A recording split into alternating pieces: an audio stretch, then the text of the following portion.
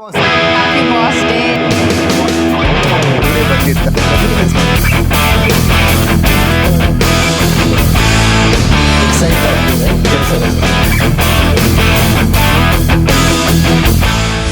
Yeah, so welcome Shankar, Anand, Sanjeev for our Power Talks. Happy Boss Day to you.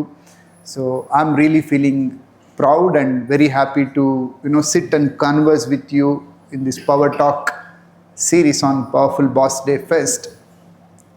So everybody want to know, ಸಾಧಕರು ಹುಟ್ಟಿನಿಂದ ಸಾಧಕರಾಗಿರ್ತಾರ ಅಥವಾ ಸಮಸ್ಯೆಗಳ ಸರೆಮಾಲೆಯಿಂದ ಹೊರಗಡೆ ಬಂದಿರ್ತಾರ ಅಂಥೇಳಿ. Let's listen to Anand first. Anand, like beauty trends ಅನ್ನೋ ಸಂಸ್ಥೆ ನಡೆಸ್ತಾ ಇದ್ದೀರಾ. What was your environment when you were in like childhood, work journey, before owner ಆಗೋವರೆಗೂ ಹೆಂಗಿತ್ತು ನಿಮ್ಮ ಲೈಫ್ ಜರ್ನಿ ಸರ್? ನಂದು ಒಬ್ಬನೇ ಮಗ, ನಾನು ಇಬ್ಬರು ಅಕ್ತಿರಿದ್ರು. ನಮ್ಮದು ಸ್ವಂತ ಊರು ಬಂದು ಮಾಗಡಿ. ನಾನು ಹುಟ್ಟಿದ್ದು ಬೆಳೆದಿದ್ದೆಲ್ಲ ರಾಮನಗರ.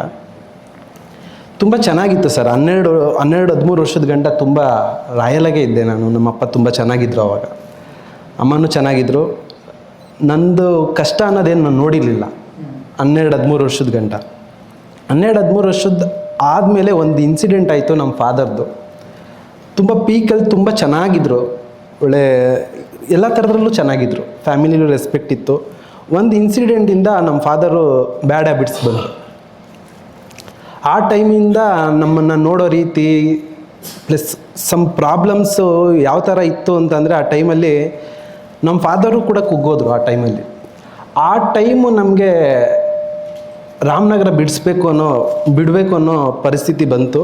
ನಮ್ಮ ಮಾವ ಒಬ್ಬರು ಬೆಂಗಳೂರು ಕರ್ಕೊಬಂದರು ಸರ್ 2007. ಆವಾಗ ನಾನು 2007 ಅಕ್ಟೋಬರ್ ಟೈಮಲ್ಲೇ ಬಂದಿದ್ದು. ನನಗೆ 3,000 ರೂಪಾಯಿ ಸ್ಯಾಲ್ರಿ ಇತ್ತು ಸರ್. ಒಂದು ಸಿಸ್ಟರ್ ಮದುವೆ ಆಗಿತ್ತು, ಇನ್ನೊಂದು ಸಿಸ್ಟರ್ ಮದುವೆ ಮಾಡಬೇಕಾಗಿತ್ತು. ಅದ್ರ ಮೇಲೆ ಫೋಕಸ್ ಮಾಡ್ತಾಯಿದ್ದೋ. ಓದೋ ಟೈಮಲ್ಲಿ ಓದಲಿಲ್ಲ, ಇದೇ ಫ್ಯಾಮಿಲಿ ಪ್ರಾಬ್ಲಮಿಂದ. ನಾನು 6ನೇ ಕ್ಲಾಸೇ ಓದಿರೋದು. ತುಂಬ ಓದಬೇಕು ಅಂತ ಅಂದ್ಕೊಂಡಿದ್ದೆ, ಆದರೆ ಆಗಲಿಲ್ಲ. ಫ್ಯಾಮಿಲಿನೂ ತುಂಬ ಸಪೋರ್ಟ್ ಮಾಡಿದ್ರು, ಪಾಪ ಇಲ್ಲ ಅಂತ ಹೇಳಲ್ಲ, ಆದರೆ ನಾನು ಓದೋಕ್ಕಾಗಲಿಲ್ಲ ಈ ಪ್ರಾಬ್ಲಮಿಂದ. ಬಂದೆ ಬೆಂಗಳೂರು. ಬಂದಾದಮೇಲೆ ನಮ್ಮ ಸಿಸ್ಟರ್ದೊಬ್ರದ್ದು ಮದುವೆ ಮಾಡಿದೆ. ನಾನೇ ಮಾಡಿದೆ ಚಿಕ್ಕ ವಯಸ್ಸಲ್ಲೇ. ನಮ್ಮ ಅಮ್ಮನೂ ಸಪೋರ್ಟ್ ಮಾಡಿದ್ರು. 14-15 ವರ್ಷದಲ್ಲೇ ಮದುವೆ ಮಾಡೋ ಅಂಥ ರೆಸ್ಪಾನ್ಸಿಬಿಲಿಟಿ ಬಂತು. ಮಾಡಾದ್ಮೇಲೆ ಒಂಥರ ಫ್ರೀಡಮ್ ಆಗೋದೆ ನಾನು. ಫ್ರೀಡಮ್ ಅದೇ ಫಾದರ್ ಅಚೀವ್ ಮಾಡಿದೆ ಅಂತನಾ? ಒಂದು ಚಿಕ್ಕ ವಯಸ್ಸಿಗೆ ಎಲ್ಲ ನಮ್ಮ ಫ್ಯಾಮಿಲಿಲೆಲ್ಲ ಇವ್ನು ಮದುವೆ ಎಲ್ಲ ಮಾಡ್ದ, ಆರಾಮಾಗಿ ಅವನೇ, ಲೆಕ್ಕಾಚಾರಕ್ಕೆ ಅವನೇ ಅಂತಂದಾಗ ಸ್ವಲ್ಪ ಫಾದರ್ ಏನು ಮಾಡ್ತಿದ್ರು ಆ ಟ್ರ್ಯಾಕಲ್ಲಿ ನಾನು ಹೋಗ್ಬಿಟ್ಟೆ. ಸಮ್ ಹುಡುಗರುಗಳು ಪ್ಲಸ್ ಬ್ಯಾಡ್ ಹ್ಯಾಬಿಟ್ಸು. 96 ನಮ್ಮ ಫಾದರು ಒಂದು ನೆಕ್ಸ್ಟ್ ಲೆವೆಲಲ್ಲಿ ರಾಮನಗರದಲ್ಲಿ ಒಂದು ಇನ್ವೆಸ್ಟ್ ಮಾಡಿ ಒಂದು ಸಲೂನ್ ಓಪನ್ ಮಾಡಿದ್ರು ಸರ್. ಆ ಸಲೂನ್ಗೆ ಅಡ್ವಾನ್ಸೇ 96 50,000 ಇತ್ತು. ಅದನ್ನು ಬರೀ ಸೈಟ್ ಮೇಲೆ ಹಾಕಿದ್ದಿದ್ರೆ ಒಳ್ಳೆ ಸೈಟ್ಗಳು ಬಂದಿರೋದು. ಇಲ್ಲ, ನಮ್ಮ ಫಾದರ್ ಒಂಥರ ಅಟ್ಯಾಚ್ ಮೇಲೆ ಮಾಡಿದ್ರು. ಅದಕ್ಕೆ ಕಳ್ಕೊಂಡು ನಾವು ಬೆಂಗಳೂರು ಬಂದಾಗ ಅವ್ರು ತೀರೋದ್ಮೇಲೆ ತುಂಬ ಜನ ಹೇಳಿದ್ರು, ಇವ್ರ ಅಪ್ಪನ ಮರ್ಯಾದೆ ಇವನೇ ಕಳೆದ್ಬಿಟ್ಟ. ಇಡೀ ಫ್ಯಾಮಿಲಿನೇ ಹಂಗೆ ಆಗೋಯ್ತು. ಎಲ್ಲ ಒಂಥರ ಹ್ಯಾಬಿಟ್ಸ್ಗೆ ಕನೆಕ್ಟ್ ಆಗಿಬಿಟ್ರು, ನಮ್ಮ ಚಿಕ್ಕಪ್ಪ ದೊಡ್ಡಪ್ಪ ಎಲ್ಲರೂ. ಇದನ್ನು ಹೆಂಗೆ ಮಾಡೋದು ಅನ್ನೋದು ನನಗೂ ಗೊತ್ತಾಗ್ತಿಲ್ಲ, ಏನು ಮಾಡೋದು ಅಂತ ಗೊತ್ತಿಲ್ಲ. ಯಾಕೆಂದರೆ ನಾನೇ ಟ್ರ್ಯಾಕಲ್ಲಿರಲಿಲ್ಲ. ಆದರೂ ಒಂದು ಮನಸ್ಸು ಏನೋ ಹೇಳೋದು, ಇಲ್ಲ ನೀನೇನೋ ಮಾಡಬೇಕು, ಏನು ಮಾಡ್ತೀಯ ಗೊತ್ತಿಲ್ಲ. ಅದೇ ಥರ ನಡೀತಿತ್ತು. ಒಂದು ಎಲೆಕ್ಷನ್ ಬಂತು ಸರ್. ಎಲೆಕ್ಷನ್ ಬಂದಾಗ ಸಡನ್ನಾಗಿ ಒಂದು ಬೂತ್ ಇನ್ಚಾರ್ಜ್ ನಮ್ಮ ಏರಿಯಾದಲ್ಲೇ ಅಲ್ಲಿ ಬಂದಾಗ ಬೂತೆಲ್ಲ ಮ್ಯಾನೇಜ್ ಮಾಡ್ದೋ. ಅಲ್ಲಿಗೆ ಒಬ್ಬರು ಗೆದ್ದಾದ್ಮೇಲೆ ನಾನು ಅಲ್ಲಿ ಹೋದಾಗ ಅವ್ರು ನನ್ನ ನೋಡಿದ ರೀತಿ ತುಂಬ ಚೆನ್ನಾಗೇ ನೋಡಿಕೊಂಡ್ರು. ಆದರೆ ನಾವು ಈ ಕೆಲಸ ಅಂದಿದ ತಕ್ಷಣ ಒಂದು ಸ್ವಲ್ಪ ಅವಮಾನ ಮಾಡೋ ಥರ ಸ್ವಲ್ಪ ಅರ್ಟ್ ಆಯಿತು ನನಗೆ. ಅವತ್ತು ಡಿಸೈಡ್ ಮಾಡಿದೆ ಬಿಟ್ಬಿಡೋಣ ಈ ಕೆಲಸ ಅಂತ. 1 ವರ್ಷ ಈ ಕೆಲಸನೇ ಮಾಡಲಿಲ್ಲ ಸರ್. ಆವಾಗ ನಾನು ಫ್ಯಾಬ್ರಿಕೇಷನ್ ಕೆಲಸ ಮಾಡ್ತಿದ್ದೆ. ಆಮೇಲೆ ನೀವು ಸಲೂನ್ ವರ್ಕ್ ಬಿಟ್ಟೆ ಆಯಿತು. ರೆಸ್ಪೆಕ್ಟ್ ಇಲ್ಲ, ಈ ಇಂಡಸ್ಟ್ರಿಲಿ ಕೆಲಸ ಮಾಡಿದ್ರೆ ರೆಸ್ಪೆಕ್ಟ್ ಇಲ್ಲ. ನೋಡೋದು ಯಾವ ಥರ ನೋಡ್ತಾರೆ ಏನು ಅನ್ನೋದನ್ನ ನೋಡ್ಕೊಂಡು ಬಿಟ್ಬಿಟ್ಟೆ. ಅದಾದಮೇಲೆ ಫ್ಯಾಬ್ರಿಕೇಷನ್ಗೆ ಹೋದೆ. ಕೊರೋನಾ ಬಂತು. ತಿರ್ಗಾ ನಮಗೇನು ಮಾಡಬೇಕು ಅಂತ ಗೊತ್ತೇ ಇಲ್ಲ ನನಗೆ. ಅಮ್ಮನೂ ಒಂದು ಓಪಿಕ್ಕಿರೋರು ಏನೋ ಒಂದು ಮಾಡ್ತಾರೆ. ಆದರೆ ಸ್ವಲ್ಪ ಟೈಮ್ ಆಯ್ತಾ ಏನಾಯಿತು ಸರ್, ಯಾವುದು ಕೆಲಸ ಸಿಗೋಕ್ಕೆ ಸ್ಟಾರ್ಟ್ ಆಗಿಲ್ಲ. ಒಂದೇ ಒಂದು ವೀಡಿಯೋದಲ್ಲಿ ಒಬ್ಬರು ಅವ್ರ ಹೆಸರು ಬೇಡ, ಒಂದು ಇಂಟ್ರ್ಯೂವಲ್ಲಿ ಒಬ್ರು ಕೇಳಿದ್ರು ಸರ್, ಏನಂತಾರೆ ನೀವು ಕೆಲಸ ಮಾಡ್ತಾರೆ ಸರ್, ನಮ್ಮ ಕೆಲಸಕ್ಕೆ ಬೆಲೆ ಇಲ್ಲ ಸರ್, ನಾವೇನು ಮಾಡಬೇಕು ಸರ್ ಅಂತ ಕೇಳಿದಾಗ ಆ ಪರ್ಸನ್ ಹೇಳಿದ್ರು, ಕೆಲಸ ಇರೋ ಜಾಗದಲ್ಲಿ, ಬೆಲೆ ಇರೋ ಜಾಗದಲ್ಲಿ ನೀನು ಕೆಲಸ ಮಾಡು, ತಾನೇ ಬೆಲೆ ಉಟ್ಕೊಳ್ಳುತ್ತೆ. ಓಕೆ, ನಾನು ಕೊರೋನಾ ಟೈಮಲ್ಲಿ ಫ್ರೀಯಾಗಿ ಕೂತ್ಕೊಂಡಾಗ ಎಲ್ಲಿ ಸಿಗುತ್ತೆ ಬೆಲೆ ಅಂದಾಗ ಒಂದು ಪ್ರೊಫೆಷ್ನಲ್ ಆಗಿ ಟ್ರೈನಿಂಗ್ ಮಾಡಬೇಕು ಅಂತ ಒಂದು ಡಿಸಿಷನ್ ತೊಗೊಂಡೆ ಸರ್. ಅದು ನನ್ನ ಡಿಸಿಷನ್ ಚೇಂಜ್ ಆಗಿದ್ದು. ನಾನು ಅದೇ ಇಂಡಸ್ಟ್ರಿಗೆ ಹೋದೆ, ಒಂದು ಬ್ರ್ಯಾಂಡೆಡ್ ಕಂಪ್ನೀಲಿ ಕೆಲಸ ಕಲಿತೆ, 2-3 ವರ್ಷ ಕೆಲಸ ಕಲಿತೆ.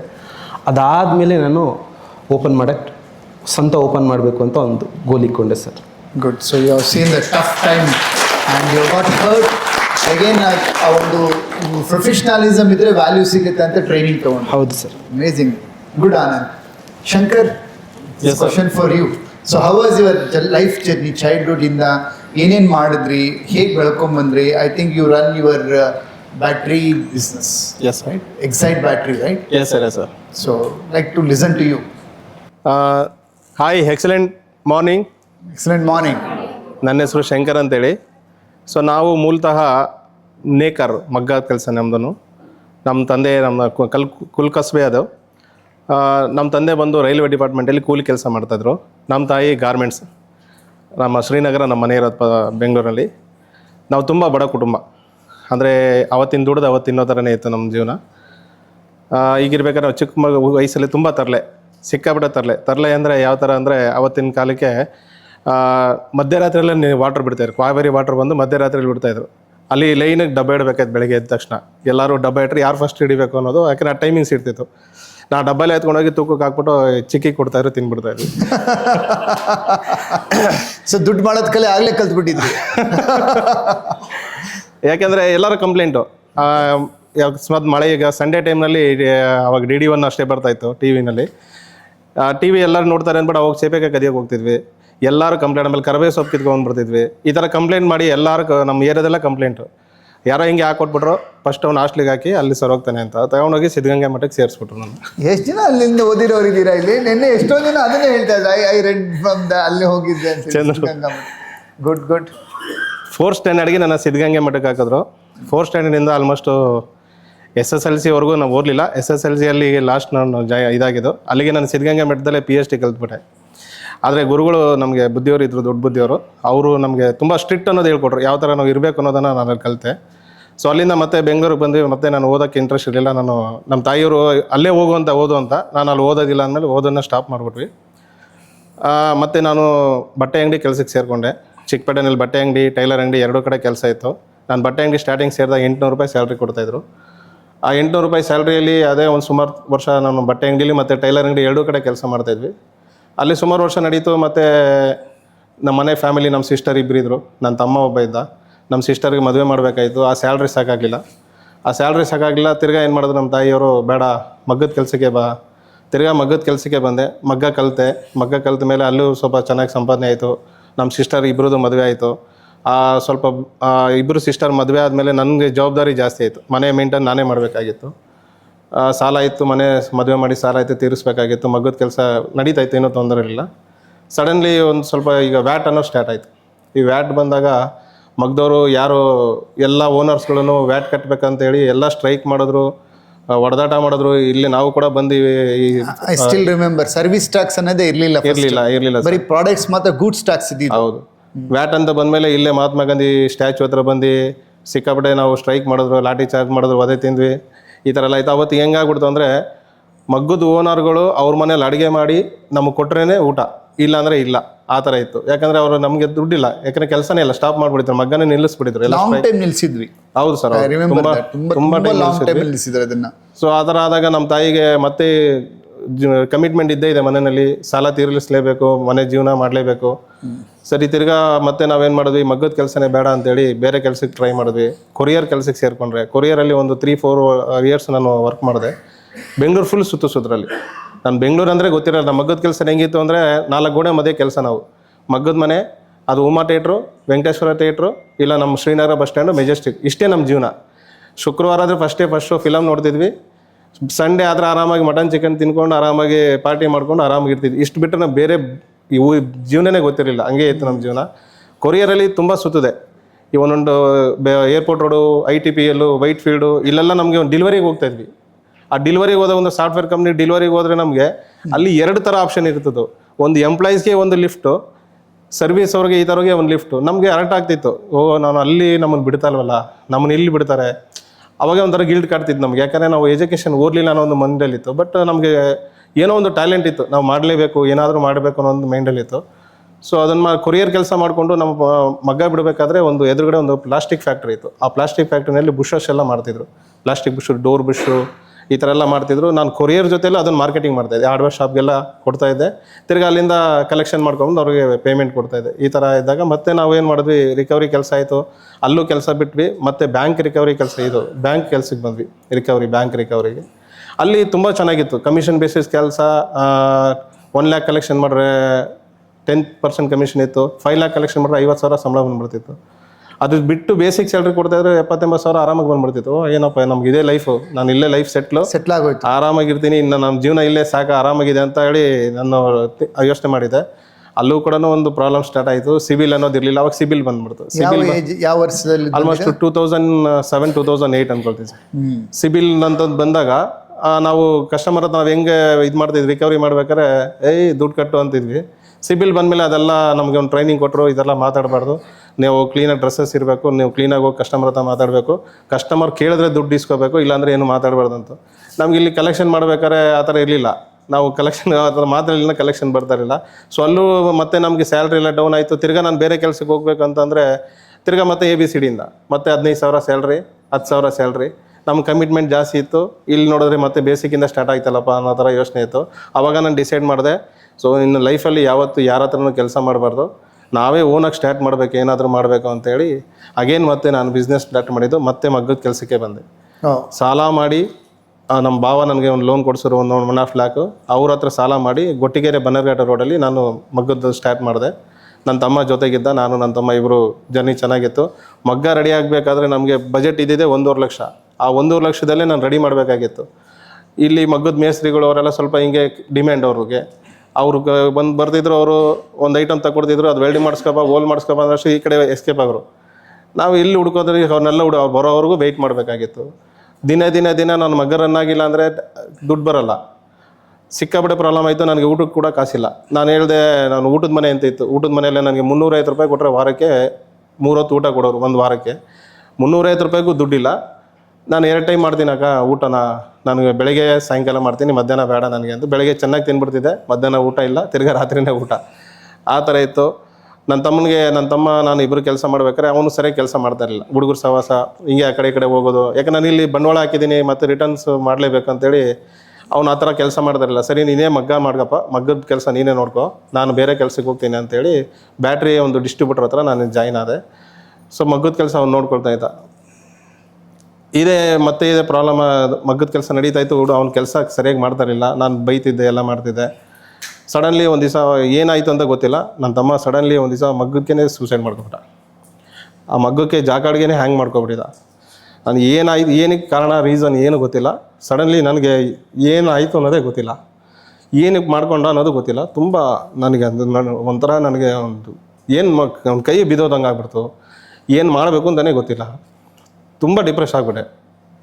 ನಮ್ಮ ತಂದೆ ತಾಯಿ ಎಲ್ಲ ನಂಬ್ಕೊಂಡಿದ್ದಾರೆ, ಮಗ ಹಾಕಿದ್ದೀವಿ, ಸಾಲ ಮಾಡಿದ್ದೀವಿ, ಅದನ್ನು ಹೆಂಗೆ ತೀರಿಸೋದು, ಮುಂದಿನ ಏನು ಮಾಡಬೇಕು ಏನು ತೋರಿಸ್ತಾ ಇಲ್ಲ. ಮಗ್ಗನ ಏನು ಮಾಡಬೇಕು, ನಾನು ಬೇರೆ ಕಡೆ ಕೆಲಸಕ್ಕೆ ಹೋಗ್ತಾ ಇದ್ದೀನಿ, ಮಗ್ಗ ಏನು ಮಾಡಬೇಕು, ತಿರ್ಗಾ ಅದನ್ನು ಹೆಂಗೆ ನಡ್ಸ್ಕೊಂಡು ಹೋಗೋದು, ಅದು ಕೆಲಸ ಮಾಡೋದು, ತಿರ್ಗಾ ಇದಕ್ಕೆ ಬರೋದು, ಈ ಥರ ಯೋಚನೆಯಲ್ಲಿದ್ದೆ. ಸಡನ್ನಿಗೆ ಒಂದು ದಿವಸ ಬ್ಯಾಟ್ರಿ ನಾನು ಮಾರ್ಕೆಟಿಂಗ್ ಮಾಡ್ತಾಯಿದ್ದೆ. ಅಲ್ಲಿ ಪದ್ಮನಾಭ ನಗರದಲ್ಲಿ ಒಂದು ನಮ್ಗೆ ಗೊತ್ತಿರೋ ಒಂದು ಬ್ಯಾಟ್ರಿ ಶಾಪಿಗೆ ಅವ್ರಿಗೆ ಮೆಟೀರಿಯಲ್ ಕೊಟ್ಟಿದ್ವಿ, ಕಲೆಕ್ಷನ್ಗೆ ಹೋದೆ. ಅವ್ರ ಹತ್ರ ನಾನು ಅವರು ಹಿಂಗೆ ಹೇಳಿದ್ರು, ಸರ್ ಈ ಶಾಪ್ನ ನಾನು ಸೇಲ್ ಮಾಡ್ತಾಯಿದ್ದೀನಿ. ಅವ್ರು ಯಾರಪ್ಪ ಅಂದರೆ ಲಿಂಗಾಯತರು ಅವರು. ಆ್ಯಕ್ಚುಲಿ ಆ ಶಿವಕುಮಾರ ಸ್ವಾಮಿಗಳು, ಸಿದ್ಧಗಂಗಾ ಮಠ ಶಿವಕುಮಾರ ಸ್ವಾಮಿಗಳ ದೊಡ್ಡಪ್ಪ ಚಿಕ್ಕಪ್ಪನ ಮಕ್ಕಳು ಅವರು. ನನಗೆ ಗೊತ್ತಿಲ್ಲ, ಅವ್ರು ಹೋದ್ಮೇಲೆ ಗೊತ್ತಾಗಿದ್ದು. ಅವರು ತುಂಬ ಜೋರಾಗಿದ್ದರು, ತುಂಬ ಚೆನ್ನಾಗಿದ್ದರು. ಅವ್ರ ಹತ್ರ ನಾನು ರಿಕ್ವೆಸ್ಟ್ ಮಾಡಿದೆ, ಸರ್ ನಾನು ಈ ಥರ ಪರಿಸ್ಥಿತಿಯಲ್ಲಿದ್ದೀನಿ, ನನ್ನ ತಮ್ಮ ಈ ಥರ ಎಕ್ಸ್ಪೈರ್ ಆದ, ನನಗೆ ಕೊಡಿ ನನ್ನ ಅಂಗಡಿನ, ನಾನು ನಡೆಸ್ಕೊಂಡು ಹೋಗ್ತೀನಿ.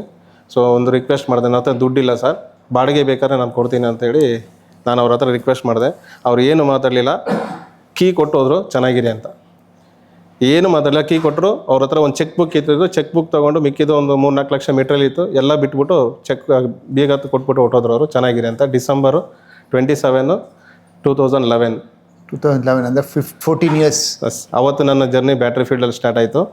ಸೊ ತಿರುಗಿ ನಾನು ರಿಟರ್ನ್ ನೋಡೇ ಇಲ್ಲ, ಒಬ್ಬನೇ ಇದ್ದೆ. ತುಂಬ ಕಷ್ಟಪಟ್ಟು ತುಂಬ ಚೆನ್ನಾಗಿತ್ತು. ಯಾಕಂದರೆ ಬಿಸ್ನೆಸ್ ನನಗೆ ಒಂದು ಬೇಕಾಗಿತ್ತು, ನನಗೆ ಒಂದು ಏನಾದ್ರು ಅವಕಾಶ ಬೇಕಾಗಿತ್ತು. ಕೀ ಕೊಟ್ಟಿದ್ದು. Sure sir. Good, Shankar, I'll come back to you. I was like, very hard feeling that brother-na kalkondo. You have done 3 different job experiences. Yes, sir. Sanjeev. Yes, Sanjeev. Daman Technologies, interior business, right? ಇದು ನಿಮ್ಮ first ಕಂಪ್ನಿನ ಅಥವಾ ಮುಂಚೆ ಎಲ್ಲಾದರೂ ಬೇರೆ ಕಡೆ ಎಲ್ಲ work ಮಾಡಿದ್ರಾ ಅಥವಾ ಬೇರೆ ಬಿಸ್ನೆಸ್ ಮಾಡಿದ್ರಾ? ನಿಮ್ಮ ಲೈಫ್ ಹೇಗಿತ್ತು? Where did you started your childhood life, family? Sir, ನಾನು ಎಕ್ಸಲೆಂಟ್ ಮಾರ್ನಿಂಗ್ ಆಲ್. ನಂದು ಊರು ಬ್ಯಾಡಗಿ, ಮೆಣಸಿನಕಾಯಿ, ಹಾವೇರಿ ಡಿಸ್ಟಿಕ್ಕು. ಅಲ್ಲಿ ಹುಟ್ಟಿ ಬೆಳೆದಿದ್ದು 4 ಜನ ಅಣ್ಣ ತಮ್ಮಂದಿರು ನಾವು. 3 ಜನ. ಒಬ್ಬರು ಸಿಸ್ಟರು, ನಾನೇ ಹಿರಿ ಮಗ. ಏನಾಯಿತು ಅಂದರೆ ಅವಾಗ ತುಂಬ ಬಡತನ. ನಮ್ಮ ತಂದೆ ಟೇಲರಿಂಗು, ತಾಯಿ ಬಂದು ಹೂ ಕಟ್ತಾಯಿದ್ರು. ಸೊ ಎಜುಕೇಷನಿಗೆ ಪ್ರಾಬ್ಲಮ್ ಆಗ್ತಾ ಏನಾಯಿತು, ITI ಲಾಸ್ಟ್ ನಮ್ಮದು. ITI ಓದಿಸೋದೇ ಅವ್ರು ಕಷ್ಟ ಆಗ್ಬಿಡ್ತು. ನಾನೇನು ಮಾಡಿದೆ, ಓಕೆ ಇನ್ಮೇಲಾದರೂ ದುಡಿಬೋದು ಅಂತೇಳಿ ಬೆಂಗಳೂರಿಗೆ ಬಂದೆ. ಸೊ ಬೆಂಗಳೂರಿಗೆ ಬಂದಾಗ ನಂದು ಏಜ್ ಬಂದು 18 ವರ್ಷ.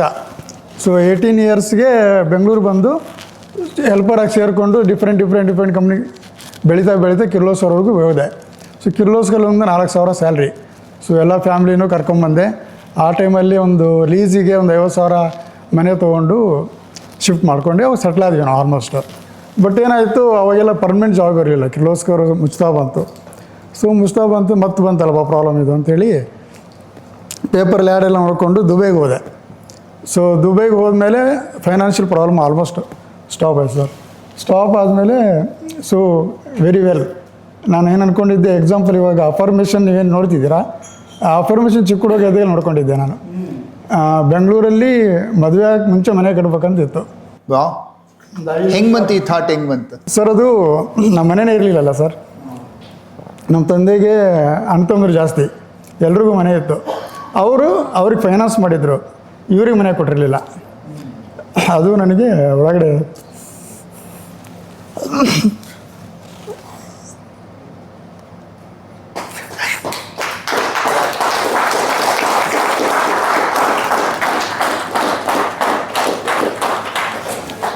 ಮನೆ ಕಟ್ಟಿದೆ ಸರ್. ಕಟ್ಟಿದ ಮೇಲೆ ಫೈನಾನ್ಸ್ ಪ್ರಾಬ್ಲಮ್ ಎಲ್ಲ ಸಾಲ್ವ್ ಆಯ್ತು. ಅಣ್ಣ ತಮ್ಮಂದಿರು ಎಲ್ಲ ಸಾರಿ ನೆಕ್ಸ್ಟ್ ಅಲ್ಲ ಬೇರೆ ಮಾತಾಡಿ ಹಂಗಾರು ಮಾತಾಡ್ತೀನ. ಆರಾಮಾಗಿರ್ತಾರೆ. You can speak, continue. ಎಷ್ಟು ವರ್ಷ ವರ್ಕ್ ಮಾಡಿದ್ವಿ? ದುಬೈನಾಗ ಹೋಗಿದ್ದಾರಾ? Which country? ಒಂದು ದುಬೈಲಿ 5 years. 5 years ವರ್ಕ್ ಮಾಡಿದ್ವಿ. ವಾಪಸ್ ಬಂದಿದ್ದು ಯಾವಾಗ? 2007. ಏನು ಉದ್ದೇಶಕ್ಕೆ ವಾಪಸ್ ಬಂದ್ರಿ? ಬಿಸ್ನೆಸ್ ಮಾಡ್ಬೇಕಂತನಾ ಅಥವಾ ಅಲ್ಲಿ ಸಾಕು ಅಂತನಾ? ಫೈನಾನ್ಸ್. ಸಾರಿ ಸರ್, ಆಮೇಲೆ ಮಾತಾಡ್ತೀನಿ. I'll come back to you. Anand, so you got your training in professional, ಸಲೂನಲ್ಲಿ ಟ್ರೈನಿಂಗ್ ತೊಗೊಂಡ್ರಿ. ಆ್ಯಂಡ್ ಟ್ರೈನಿಂಗ್ ತೊಗೊಂಡು ಡೈರೆಕ್ಟಾಗಿ ಬಿಸ್ನೆಸ್ ಸ್ಟಾರ್ಟ್ ಮಾಡಿದ್ರೆ ಮತ್ತೆ ವರ್ಕ್ ಮಾಡಿದ್ರ? ಟ್ರೈನಿಂಗ್ ತೊಗೊಂಡೆ. ಟ್ರೈನಿಂಗ್ ಅಂತ ಹೋಗಲಿಲ್ಲ ಸರ್. ಫಸ್ಟು ಹೆಂಗೋ ಜೀವನ ನಡೆದ್ರಿ ಸಾಕು ಅನ್ನೋ ಥರನೇ ಹೋದೆ. ಅದು ಏನಂದರೆ ಟ್ರೈನಿಂಗ್ ಯಾವ ಥರ ಇರುತ್ತೆ ಅಂತಂದರೆ, ದುಡ್ಡು ಕೊಟ್ಟು ಕಲಿಬೇಕು ಅಂದರೆ 1.5 ಲಕ್ಷ 2 ಲಕ್ಷ ಆಗುತ್ತೆ. ಕೆಲಸ ಮಾಡ್ತಾ ಕಲಿತ್ರೆ ಅದ್ರ ಸ್ವಲ್ಪ ಎಲ್ಲ ಗೊತ್ತಾಗುತ್ತೆ ಅಂತ ಅಪ್ರೆಂಟಿಸ್ಶಿಪ್ ಥರ ಹೋದ್ರಿ. 3 ವರ್ಷ ಕೆಲಸ ಮಾಡಿದೆ ಸರ್. ಅದು ತುಂಬ ಹೆಸರಾಂತ ಸಂಸ್ಥೆ. ಆ ಸಂಸ್ಥೆ ಒಂಥರ ದೇವ್ರ ಥರ ಸಿಕ್ತು ನನಗೆ. ಒಬ್ಬರು ಚಂದ್ರು ಅಂತ ನಮಗೆ ಕಳಿಸಿದ್ರು. ಅಲ್ಲಿ ಕೆಲಸ ಕಲಿತೆ ಸರ್. ಅಲ್ಲೇನು ನಾನು ಹೋಗಿ ಕೇಳಿದಾಗ ಹೇಳಿದೆ, ಏನು ನೀನು ಮಾಡ್ತಿದ್ಯಾ ಅಂತಂದರೆ, ನನಗೆ ಗೊತ್ತಿಲ್ಲ, ನನಗೆ ಅಲ್ಲಿ ಜೀವನ ನಡೆದ್ರೆ ಸಾಕು, ಆದರೂ ಸಲೂನ್ ಮಾಡಬೇಕು ಅಂತಿದ್ದೀನಿ ಸರ್, ಅದಕ್ಕೆ ಜಾಯ್ನ್ ಆಗಿದ್ದೀನಿ ಅಂತ ಓನರ್ ಫಸ್ಟ್ ದಿನ ಹೋದಾಗೆ ಹೇಳಿದೆ ಈ ಥರ. ನಾನು ನಾರ್ಮಲಾಗಿ ಕೆಲಸ ಮಾಡ್ತಾ ಇದ್ದಾಗ ಸರ್, ನಮ್ಮ ಅಮ್ಮನಿಗೆ ಎಲ್ಲರೂ ಹೇಳೋರು, ನಿನ್ನ ಮಗ ಎಲ್ಲ ಹಾಳಾಗೋದ, ಎಲ್ಲ ಹಾಳು ಮಾಡಿದ್ರು, ಈಗ ನೋಡು ಹುಡುಗರ ಜೊತೆ ಬಿದ್ದೆಲ್ಲ ಹಿಂಗೆ ಆಗ್ಬಿಟ್ಟವನೇ. ನಮ್ಮ ಅಮ್ಮಂಗೆ ಗೊತ್ತಿಲ್ಲ ಏನು ಅಂತ, ನನ್ನ ಮಗ ಏನೋ ಮಾಡ್ತಾನೆ, ಏನೋ ಒಂದು ಮಾಡ್ತಾನೆ, ನಂಬಿಕೆ ಇಟ್ಕೊಂಡಿದ್ರು. ಇಬ್ಬರೇ ಇಟ್ಕೊಂಡಿರೋದು ನನ್ನ ಲೈಫಲ್ಲಿ. ಇನ್ನೊಬ್ಬರು ನಮ್ಮೇಲೆ ಹೇಳ್ತೀನಿ. ಒಬ್ಬರು ನಮ್ಮಮ್ಮ ಒಂದು ಇಲ್ಲ ಮಾಡ್ತಾನೆ ಅಂತ ಕೆಲ್ಸಕ್ಕೆ ಹೋದೆ. ನಾನು ಬ್ಲ್ಯಾಂಡಾಗಿ ಹೋಗಿ ಮಾಡ್ತಾಯಿದ್ದೆ. ಯಾರು ನಮ್ಮ ಹಿಂದೆ ಮಾತಾಡ್ತಾಯಿದ್ರು ಅವರೇ ನನ್ನ ಹತ್ರ ಒಂದು ಕೆಲಸ ಕೊಡಿಸು, ನಾನು ನಿನ್ನ ಥರನೇ ಪ್ರೊಫೆಷ್ನಲಾಗಿ ಕೆಲಸ ಕಲಿಬೇಕು. ನಾನು ಕೆಲಸ ಮಾಡ್ತಾನೆ ಒಂದು 5-6 ಜನ ಬಂದು ಸೇರಿಸಿದ್ದೆ. ಅವರು ತುಂಬ ವೆಲ್ಲಾಗಿ ಚೆನ್ನಾಗಿ ಸೆಟಲ್ ಆದರು. ನನಗೆ ಗೊತ್ತಿಲ್ಲ, ಸಡನ್ನಾಗಿ ಅಲ್ಲೇನೋ ಒಂದು ಪ್ರಾಬ್ಲಮ್ ಆಯಿತು, ಬಿಟ್ಟೇ ಇಲ್ಲ, ನಾನು ಸ್ವಂತ ಮಾಡ್ತೀನಿ, ಸ್ವಂತಕ್ಕೆ ಒಂದು ದಾರಿ ಮಾಡಬೇಕು ಅಂತ ಇದ್ದಾಗ ಇನ್ನೊಂದು ಬ್ರ್ಯಾಂಚಿಗೆ ಜಾಯ್ನ್ ಆದೆ. ಅಲ್ಲಿಂದ ಒಬ್ಬರು ನನ್ನ ಫ್ರೆಂಡ್ ಒಬ್ಬರು ಅಂದರೆ ಕಸಿನೇ ಪಾರ್ಟ್ನರ್ಶಿಪ್ಪಲ್ಲಿ ಸಿಕ್ಕಿದ್ರು. ದೊಡ್ಡದಾಗಿ ಮಾಡ್ದೆ ಒಂದು ಸಲೂನ್. ಅಂದರೆ ಚಿಕ್ಕ ಸಲೂನಲ್ಲ, 3,000 square feet, 70 lakh investment. So ಹೇಗನ್ನಿಸ್ತು, ಹೆಂಗಿತ್ತು? ಅಷ್ಟು ದೊಡ್ಡದು ಮಾಡಿದ್ಮೇಲೆ ತುಂಬ ಸಕ್ಸಸ್ ಆಗಿ ದುಡ್ಡು ಮಾಡಿದ್ರಾ? ಸರ್ ಅದು ಏನಂದರೆ, ನಾನು ಹೋಗಿ ಶೋರೂಮ್ ಯಾವ ಥರ ಇತ್ತು ಅಂತಂದರೆ, ಅಲ್ಲಿ ಮಾಡಿದ್ರೆ ಅದೇ ಥರ ಜನ ಬಂದುಬಿಡ್ತಾರೆ. 70 ಲಕ್ಷ ಹಾಕಿದ್ರೆ ಒಂದು ತಿಂಗ್ಳಿಗೆ 12, 13, 15 ಲಕ್ಷ, 20 ಲಕ್ಷ ಆಗೋ ಗಂಟ ಬಿಸ್ನೆಸ್ ಆಗೋವಂಥ ಪ್ಲೇಸು. ನಾವೊಂದು 10 ಲಕ್ಷನ ಮಾಡ್ಬೋದಲ್ವಾ? ನನಗೆ ಎಲ್ಲ ಗೊತ್ತಿತ್ತು, 90% ಗೊತ್ತಿತ್ತು, 10% ಗೊತ್ತಿಲ್ಲ. ಆ 10% ಏನು ಗೊತ್ತಿಲ್ಲ ಅನ್ನೋದೇ 1 ವರ್ಷ ಸ್ಟ್ರಗಲ್ ಪಟ್ಟಿದ್ದೀನಿ. ಪಾಪ ನನ್ನ ಪಾರ್ಟ್ನರು ಅಷ್ಟೇ, ಒಂದು ಮಾತು ನೀವೇನು ಮಾಡ್ತಿದ್ದೀರಾ ಅಂತ ಕೇಳಿಲ್ಲ. ಕೇಳಿದ್ರೇನೋ ಏನಾನ ಆಗೋಗಿರೋದೇನೋ ಗೊತ್ತಿಲ್ಲ, ಯೂನಿವರ್ಸಲ್ ಗೊತ್ತಿಲ್ಲ. ಅದು ಕೇಳೋಕ್ಕೆ ನನಗೆ ಸಿಕ್ಕಿದ್ದು 2ನೇ ನಂಬಿಕೆ ಅಂತ ಹೇಳಿದ್ನಲ್ಲ ಸರ್, ಅದೇ BTA. ಸೊ ಎಷ್ಟು ವರ್ಷ ನಡೆಸಿದ್ರಿ ನೀವು ಈ 70 ಲಕ್ಷ ಹಾಕಿ? 1.5 ವರ್ಷ ನಡೆಸ್ತೆ ಸರ್. ಹಾಗೆ ನಡ್ಸ್ಕೊಂಡು ಹೋದ್ರಿ? ಅದೇ ಧೈರ್ಯ. ಹೆಂಗೆ ನಡೆಸ್ತಾ ಇದ್ದೀನಿ ಅಂತ ನಮಗೆ ಗೊತ್ತಿಲ್ಲ, ಮಾಡ್ತಾ ಇದೀವಿ ಆದರೆ ಏನು ಚಾಲೆಂಜಸ್ ಬರುತ್ತೆ ಸಲೂನ್ ಬಿಸ್ನೆಸ್ಸಲ್ಲಿ? Like let's me understand the practical problems. ಅಂದರೆ ಈಗ ಎಲ್ಲ ಬಿಸ್ನೆಸ್ ಮಾಡಿದಾಗ ಕಷ್ಟ ಅಂತ ಹೇಳ್ತಾರೆ, ಸಲೂನ್ ಬಿಸ್ನೆಸ್ಸಲ್ಲಿ ಏನು ಕಷ್ಟ ಬಂತು ನಿಮಗೆ? ಸರ್, ಸಲೂನ್ ಮಾಡಿದಾಗ ಒಬ್ಬರು ಕೆಲಸ ಮಾಡ್ತಾ ಇರೋರು ಏನು ಮಾಡ್ತಾರೆ ಅಂತಂದರೆ, ನಾನೊಂದು ದೊಡ್ಡದಾಗಿ ಒಂದು ಶೋರೂಮ್ ಮಾಡಿಬಿಟ್ರೆ ನಾನು ಇದೇ ಥರ ಅರ್ನ್ ಮಾಡಿಬಿಡ್ಬೋದು ಅನ್ನೋದಕ್ಕೋಸ್ಕರ ಸಲೂನ್ ಮಾಡಿಬಿಡ್ತಾರೆ. ಆರಾಮಾಗಿ ನನಗೆಲ್ಲ ಗೊತ್ತು ಕೆಲಸ ಅನ್ನೋ ಥರ ಮಾಡಿಬಿಡ್ತಾರೆ. ಆದರೆ ಅದರೊಳಗಡೆ ಆ ಚಾಲೆಂಜ್ಗಳು, ಈ ಓನರ್ ಬಂದಿದ್ದ ತಕ್ಷಣ ಯಾಕೆ ಇವ್ನು ಹಿಂಗೆ ಆಡ್ತಾನೆ ಅಂತ ನಾವು ಬೈತಾ ಇದ್ದೋ ಕೆಲಸ ಮಾಡ್ತಾ ಇರ್ಬೇಕಾದ್ರೆ. Sir, challenge, salary, rent, marketing, ಸ್ಟಾಫ್ಗಳು, ಎಲ್ಲ ಥರದ್ದು ಚಾಲೆಂಜು ನಮಗೆ ಕೆಲಸ ಮಾಡೋರು ಗೊತ್ತಿರಲ್ಲ ಸರ್. ಅಲ್ಲ, ನಾವೇನು ಅನ್ಕೊಳ್ತೀವಿ ಅಂದ್ರೆ ಬರೀ ಕತ್ರಿ ಕಟ್ ಮಾಡಿದ್ರೆ 100 ರೂಪಾಯಿ, 200 ರೂಪಾಯಿ, 500 ರೂಪಾಯಿ, 1000 ರೂಪಾಯಿ ಕೊಡ್ತೀವಲ್ಲ. Correct right? We all think ಏನಿದೆ, ಏನು ಸುಮ್ಮನೆ ಕೂತ್ಕೊಂಡಿದ್ದಾರೆ, ಕಟ್ ಮಾಡಿ ದುಡ್ಡು ತೊಗೊಳ್ತಾರೆ. I just asking this, open ಆಗಿ ಕೇಳ್ತಾ ಇದ್ದೆ, ನನಗೂ ಅನಿಸ್ತಾ ಇತ್ತು ಅವಾಗ. ಅದಕ್ಕೆ ಅನು ಮೇಡಮ್ ಮೊನ್ನೆ ಕೇಳೋರು 70 ಲಕ್ಷನ ಸಾರ್, 17 ಲಕ್ಷನ 70 ಲಕ್ಷನ? ಸಲೂನ್ ಅಂದರೆ 7-8 ಲಕ್ಷ ಇರುತ್ತೆ. ಆ ಥರ ಇಲ್ಲ ಸರ್ ಇವಾಗ ಸಲೂನ್ ನೆಕ್ಸ್ಟ್ ಲೆವೆಲಲ್ಲಿ ಐತೆ. ಆದರೆ ಮಾಡೋರು ಏನು ಮಾಡ್ತಾವ್ರೆ ಅಂದರೆ ಅವ್ರ ಬ್ರ್ಯಾಂಡು ಅನ್ನೋ ಥರ ಮಾತ್ರ ಮಾಡ್ಕೋತಾವ್ರೆ ಅಷ್ಟೇ ಹೊರ್ತು ಇಂಡಸ್ಟ್ರಿಗೆ ಏನೂ ಮಾಡ್ತಾಯಿಲ್ಲ. ಅದು ಬಿಗ್ಗೆಸ್ಟ್ ಪ್ರಾಬ್ಲಮ್ ಆಗಿರೋದು. ಅಂದರೆ ನಿಮ್ಗೆ ಆ ಪ್ರಾಬ್ಲಮ್ ಆದಾಗ 70 ಲ್ಯಾಕ್ಸ್ಗೆ ಫಿಕ್ಸ್ಡ್ ಎಕ್ಸ್ಪೆನ್ಸಸ್ಗೆ ಟರ್ನ್ ಓವರ್ ಆಗಲಿಲ್ವಾ? ಕಸ್ಟಮರ್ಸ್ ಬರಲಿಲ್ವಾ? ಅಥವಾ ಎಕ್ಸ್ಪೆನ್ಸಸ್ ಜಾಸ್ತಿ ಇತ್ತಾ? ಝೀರೋ. ನನಗೇನು ಗೊತ್ತಿಲ್ಲ, ವರ್ಕ್ ಮಾತ್ರ ಗೊತ್ತು. ಅದು ಗೊತ್ತಾಗಿದೆ BTAಗೆ ಬಂದಾದಮೇಲೆ. BTAಗೆ ಬಂದು ಯಾವ ಥರ ಅಂತಂದರೆ, ಸ್ಟಾಫ್ ಇದ್ದಾರೆ, 10ರಿಂದ 12 ಜನ ಸ್ಟಾಫ್ ಇಕ್ಕಿದ್ದೆ, 17 ಜನ ಸ್ಟಾಫ್ ಇಕ್ಕಿದ್ದೆ. ಪ್ರಾಡಕ್ಟ್ ಇತ್ತು, ಇಂಟರ್ನ್ಯಾಷನಲ್ ಪ್ರಾಡಕ್ಟು, ಪ್ರೊಫೆಷ್ನಲ್ ಪ್ರಾಡಕ್ಟ್ಗಳಿತ್ತು. ಸರ್ವೀಸು ತುಂಬ ಚೆನ್ನಾಗಿ ಸರ್ವೀಸ್ ಮಾಡೋ ಅಂಥವನ್ನ ಇಕ್ಕಿದ್ದೆ. ಎಲ್ಲ ಗೊತ್ತಿತ್ತು, ಆದರೆ ಮಾರ್ಕೆಟಿಂಗ್ ಗೊತ್ತಿಲ್ಲ, ಸಿಸ್ಟಮ್ ಗೊತ್ತಿಲ್ಲ. ಈ ಎರಡೇ ನನ್ನ 1.5 ವರ್ಷ ತುಂಬ ಮುಂದಕ್ಕೆ ಹೋಗೋಕ್ಕೆ ಬಿಟ್ಟಿಲ್ಲ. ಎಷ್ಟು ಜನ ಮಾರ್ಕೆಟಿಂಗ್ ಮಾಡ್ತಾ ಇರಲಿಲ್ಲ ನೀವು BTAಗೆ ಮುಂಚೆ? ಎಷ್ಟು ಜನ ಈಗಲೂ ಮಾಡ್ತಾ ಇಲ್ಲ? There are so many people. ನಾನು BTAಗೆ ಜಾಯ್ನ್ ಆದಮೇಲೆ ಎಷ್ಟೋ ದಿವಸ ಹಂಗೆ ಸುಮ್ಮನೆ ಇದೆ ಅಂತ, ಅದಕ್ಕೆ ಸುಮ್ಮನೆ ಕೇಳ್ತಾ ಇದ್ದೀನಿ, right? So many of them we don't market our self, right? ನಂಗೆ ಯಾರೊಬ್ರು ಹೇಳಿದರು, if you are started a business and if you are not doing marketing, ಹುಡುಗಿಗೆ ಕತ್ಲಲ್ಲಿ ಕಣ್ಣು ಹೊಡೆದಂಗೆ ಲೆಕ್ಕ ಅಂತ. ಅರ್ಥ ಆಯ್ತಾ? ಹುಡುಗಿಗೆ ಕತ್ಲಲ್ಲಿ ಕಣ್ಣು ಹೊಡೆದಂಗೆ ಲೆಕ್ಕ ಅಂತ. ಬಿಸ್ನೆಸ್ ಸ್ಟಾರ್ಟ್ ಮಾಡಿಬಿಟ್ಟು ಮಾರ್ಕೆಟಿಂಗ್ ಮಾಡಿಲ್ಲ ಅಂದರೆ you are just simply like that ಅಂತ ಹೇಳಿ. Okay, the first was a marketing issue. Shankar, like you got the keys and 2011 you started. How was the journey? Like ಏನು ಅಪ್ಸ್ ಆ್ಯಂಡ್ ಡೌನ್ಸ್ ನೋಡಿದ್ರಿ, ಏನು success ಪಡೆದ್ರಿ? Sir, 2011 ನಾನು start ಮಾಡಿದ್ಮೇಲೆ ತುಂಬ ಚೆನ್ನಾಗಿತ್ತು. Actually ಅದು ಹಳೆ ಶಾಪು, ಅಲ್ಲಿ ಹಳೆ ಕಸ್ಟಮರ್ ಇದ್ದರು. ನನಗೆ ಮುಂಚೆ ಒಬ್ಬರು ನಾನು ಆ ಶಾಪ್ನ ಸ್ಟಾರ್ಟ್ ಮಾಡಿದವರು ತುಂಬ ಹೆಸರು ಮಾಡಿದರು. ಅವರು ಏನೋ ಗೊತ್ತಿಲ್ಲ, ಅನ್ಎಕ್ಸ್ಪೆಕ್ಟೆಡ್ಲಿ ಎಕ್ಸ್ಪೈರ್ ಆಗಿದ್ರು. ಸೊ ಅದಾದಮೇಲೆ ನನಗೆ ಅದು ಹ್ಯಾಂಡ್ ಓವರ್ ಆಯಿತು. ಅವ್ರ ಕಸ್ಟಮರು ನನಗೆ ತುಂಬ ಜನ ಬರ್ತಾಯಿದ್ರು. ಅದರಿಂದ ನನಗೆ ನಾನು ಏನು ಸ್ಯಾಲ್ರಿ ತಗೋತಾ ಇಟ್ ಇದ್ದೆ. Was A ready market. Yes sir. ಇದು ರೆಡಿಮೇಡ್ ಟರ್ನ್ ಓವರ್ ನಡೀತಾ ಇತ್ತು, ಕಸ್ಟಮರ್ ಬಂದು ಹೋಗ್ತಾ ಇದ್ರು. ಅವರು ಕೂಡ ಎಕ್ಸೈಡ್ ಡಿಸ್ಟ್ರಿಬ್ಯೂಟರ್ ಆಗಿದ್ರು. ರೆಡಿ ಬರ್ತಾ ಇದ್ದ ಕಸ್ಟಮರ್ ಎಲ್ಲ ಚೆನ್ನಾಗಿ ಬರ್ತಾ ಇದ್ರು. ಫ್ಲೋ ಹಾಕಿದ್ರೆ ಅವ್ರ ಹೆಸರು ಚೆನ್ನಾಗಿತ್ತು, ಅವರು ಕೂಡ ನೇಮ್ ಚೆನ್ನಾಗಿ ಇಟ್ಕೊಂಡಿದ್ರು. ಅದರಿಂದ ಕಸ್ಟಮರ್ಸ್ ಬರ್ತಾ ಇದ್ರು, ಟರ್ನ್ ಓವರ್ ಆಗ್ತಾ ಇತ್ತು, ಏನು ಪ್ರಾಬ್ಲಮ್ ಇಲ್ಲ. ಬಟ್ ನಾನು ಹೆಂಗೆ ನಡೆಸ್ಬೇಕು ಅನ್ನೋದೇ ಗೊತ್ತಿರಲಿಲ್ಲ. ಬಟ್ ಒಬ್ಬನೇ ಗಾಡೀಲಿ ಕಟ್ಕೊಳ್ತಿದ್ದೆ, ಬ್ಯಾಟ್ರಿ ಡೆಲಿವರಿ ಕೊಡೋಕೆ ಓಡ್ತಿದ್ದೆ, ತಿರ್ಗಾ ಬರ್ತಿದ್ದೆ. ಯಾರೋ ಫ್ರೆಂಡ್ ಸರ್ಕಲ್ ಬಂದರೆ ಯಾವುದೋ ಆರ್ಡರ್ ಬಂತು ಅಂದರೆ ಸರ್ 5 ನಿಮಿಷ ಕೂತ್ಕೊಳ್ಳಿ ಬಂದೆ ಅನ್ನೋದು, ಅವ್ರನ್ನ ಬಿಟ್ಬಿಟ್ಟು ಓಡೋದು. ಅವ್ರು ನನಗೆ ಫೋನ್ ಮಾಡಿ, ಯಾಕೆ ಲಾಕ್ ಮಾಡ್ಕೊಂಡು ಹೋಗೋಕ್ಕಾಗಲ್ಲ, ಅವ್ರು ನಮ್ಮ ಅಂಗಡಿ ಬಿಟ್ಟು ಹೋಗಂಗಿಲ್ಲ, ಅವನು ಕೂಡಿಸ್ಬಿಟ್ಟು ಓಡೋಗ್ಬಿಡ್ತಿದ್ದೆ. ಅರ್ಧ ಗಂಟೆ, ಮುಕ್ಕಾಲು ಗಂಟೆ, 1 ಅವರ್ ಆದ್ರೂ ಬರ್ತಾರೆ. ಸುಮ್ಮನೆ ಹೋಗ್ತಾ ಇದ್ರೆ ಅಥವಾ ಇಲ್ಲ, ಬ್ಯಾಟ್ರಿ ತಗೊಂಡು ಸರ್ 5 ನಿಮಿಷ ಬ್ಯಾಟ್ರಿ ಪಕ್ಕದ ರೋಡಲ್ಲಿ ಕೊಟ್ಬಿಡ್ತೀನಿ ಅಂತ ಹೋಗ್ಬಿಡ್ತಿದ್ದೆ. ಅವ್ನು ಕುಣಿಸ್ಬಿಡ್ತೀವಿ. ಈಗ ನೀವು ಬರ್ತಿದ್ರೆ ನೀವು ಕುಣಿಸ್ಬಿಟ್ಟು ಹೋಗ್ತಿದ್ದೆ. ನಿಮ್ಗೆ ಬೇರೆ ಕೆಲಸ ಇತ್ತು ನನಗೆ ಗೊತ್ತಿಲ್ಲ, ನನಗೋಸ್ಕರ ವೆಯ್ಟ್ ಮಾಡಲೇಬೇಕು ನೀವೆಲ್ಲ. we have seen this kind of oh, all right, okay. So ಆ ಥರ ಮಾಡ್ತಿದ್ದೆ. ಆ ಥರ ಮಾಡಿ ಸುಮಾರು ಆ ಥರ ಮಾಡ್ತಿದ್ದೆ. ಅವರು ಬಟ್ ಏನೋ ಯಾರೋ ಬೈತಾ ಇರಲಿಲ್ಲ. ಬಟ್ ಅದರಿಂದ ಚೆನ್ನಾಗಿ ಅಲ್ಲಿ ಗಾಡಿ ಹೋಗಲ್ವಲ್ಲ, ಬೈಯಲ್ಲಿಂದ ಬಂತು. If there is no battery for the vehicle, ಗಾಡಿ ಮುಂದೆ ಹೋಗೋದೇ ಇಲ್ಲ. ಸೊ ಎಕ್ಸೈಡ್ ಕಂಪನಿಯವರು ನನಗೆ ಎಕ್ಸೈಡ್ ಡಿಸ್ಟ್ರಿಬ್ಯೂಟರ್ ಇತ್ತು ಮೊದಲೇ, ಅವರು ಸರಿಯಾಗಿ ಮಾಡ್ತಾರಿಲ್ಲ. ಬಟ್ ಬಿಟ್ಟಿದ್ದರಿಂದ ನಾನು ಅದನ್ನು ಕಂಟಿನ್ಯೂ ಮಾಡೋದಕ್ಕೆ ಎಕ್ಸೈಡ್ ಕಂಪ್ನಿಗೆ ಹೋಗಿದೆ. ಆ ಕಂಪ್ನಿಯಲ್ಲಿ ಮಾತಾಡಿದೆ, ಸರ್ ನಾನು ಕಂಟಿನ್ಯೂ ಮಾಡ್ತೀನಿ ಕೊಡಿ ಅಂತ. ಕೇರ್ಲೆಸ್ ಮಾಡ್ತಿದ್ರು. ಅದು ಯಾವ ಥರ ಅಂದರೆ, ಆಯಿತು ಸರ್ ಹೇಳ್ತೀನಿ ಹೋಗಿ ಅನ್ನೋದು. ನಾನು ದುಡ್ಡು ಹಾಕೋಕ್ಕೆ ರೆಡಿ ಇದೆ, ಎಲ್ಲೋ ಒಂದು ಕಡೆ ಇನ್ನೂ ಸಾಲ ಮಾಡಿದೆ, ಮಾಡೋಕ್ಕೆ ರೆಡಿ ಇದೆ, ಸ್ಟಾರ್ಟಪ್ ಮಾಡೋಣ ಮತ್ತೆ ಕಂಟಿನ್ಯೂ ಮಾಡೋಣ ಅಂತ. ಸೊ ಆಮೇಲೆ ಏನೋ ಫೈನಲಾಗಿ ಒಂದು ದಿವಸ ರಿಕ್ವೆಸ್ಟ್ ಮಾಡಿ ಅವರು ಆಯಿತು ಕಂಟಿನ್ಯೂ ಮಾಡಿ ಅಂತೇಳಿ ಮತ್ತೆ ನಾನು DD ತೊಗೊಂಡು ಕೊಟ್ಟು ಕಂಟಿನ್ಯೂ ಮಾಡಿದೆ. ಸೊ ಇವತ್ತು ಅವರು ನನ್ನ ಹುಡ್ಕೊಂಡು ಬರ್ತಾ ಇದ್ದಾರೆ, ನಾನು ಅವ್ರನ್ನ ಹುಡ್ಕೊಂಡು ಹೋಗ್ತಾ ಇಲ್ಲ. ವಾವ್, ಅಂದ್ರೆ ಆ ಲೆವೆಲ್ ಕ್ವಾಂಟಿಟಿಗೆ ಬೆಳೆದಿದ್ದೀರಾ. ಖಂಡಿತ. ಬರೀ 50,000, 30,000, 1 ಲಕ್ಷ ಬಿಸ್ನೆಸ್ ಮಾಡ್ತಾ ಇದ್ವಿ. ಆ 1 ಲಕ್ಷ 2 ಲಕ್ಷ ಆಯಿತು. ಸೊ ಹಂಗೆ ಕಂಟಿನ್ಯೂ ಆಯಿತು. 2 ಲಕ್ಷ 3 ಲಕ್ಷ 30 ಲಕ್ಷ 40 ಲಕ್ಷ ಆಯಿತು. ನಾನು ಎಕ್ಸೈಡ್ಗೆ ಎವ್ರಿ ಮಂತ್ 2 crores ಬಿಲ್ಲಿಂಗ್ ಮಾಡ್ತೀನಿ. ಪರ್ಚೇಸ್ 2 crores ಮಾಡ್ತೀನಿ. Cost item. ಹೌದು, ಎಸ್ ಸರ್. ಅಲ್ಲಿ ವ್ಯಾಲ್ಯೂ ಟಾರ್ಗೆಟ್ ಇರುತ್ತೆ, ಮಂತ್ಲಿ ಟಾರ್ಗೆಟ್ ಕಂಪಲ್ಸರಿ ಇರುತ್ತೆ. ಮಿನಿಮಮ್ ಅವ್ರಿಗೆ ನಾನು minimum retailer distributor. Sir distributor. Very good, super, good job. 2 crores business ಮಾಡ್ತೀನಿ. ಬೇರೆ ಬ್ರ್ಯಾಂಡ್ಸ್ಗಳು ಕೂಡ ಮಾಡ್ತೀನಿ. ಅದು ಬಿಟ್ಟು ಬೇರೆ ನಮ್ಮ ವೈಫ್ ಹೆಲ್ಸರಲ್ಲೂ ಕೂಡ ಒಂದು ಕಂಪನಿ ಇದೆ, ಅವ್ರ ಜೊತೆ ಅದನ್ನು ಕೂಡ ಒಂದು ಸಪ್ರೇಟ್ ಬ್ರ್ಯಾಂಡ್ ತೊಗೊಂಡು ಅದನ್ನು ಕೂಡ ಬಿಸ್ನೆಸ್ ಮಾಡ್ತೀನಿ.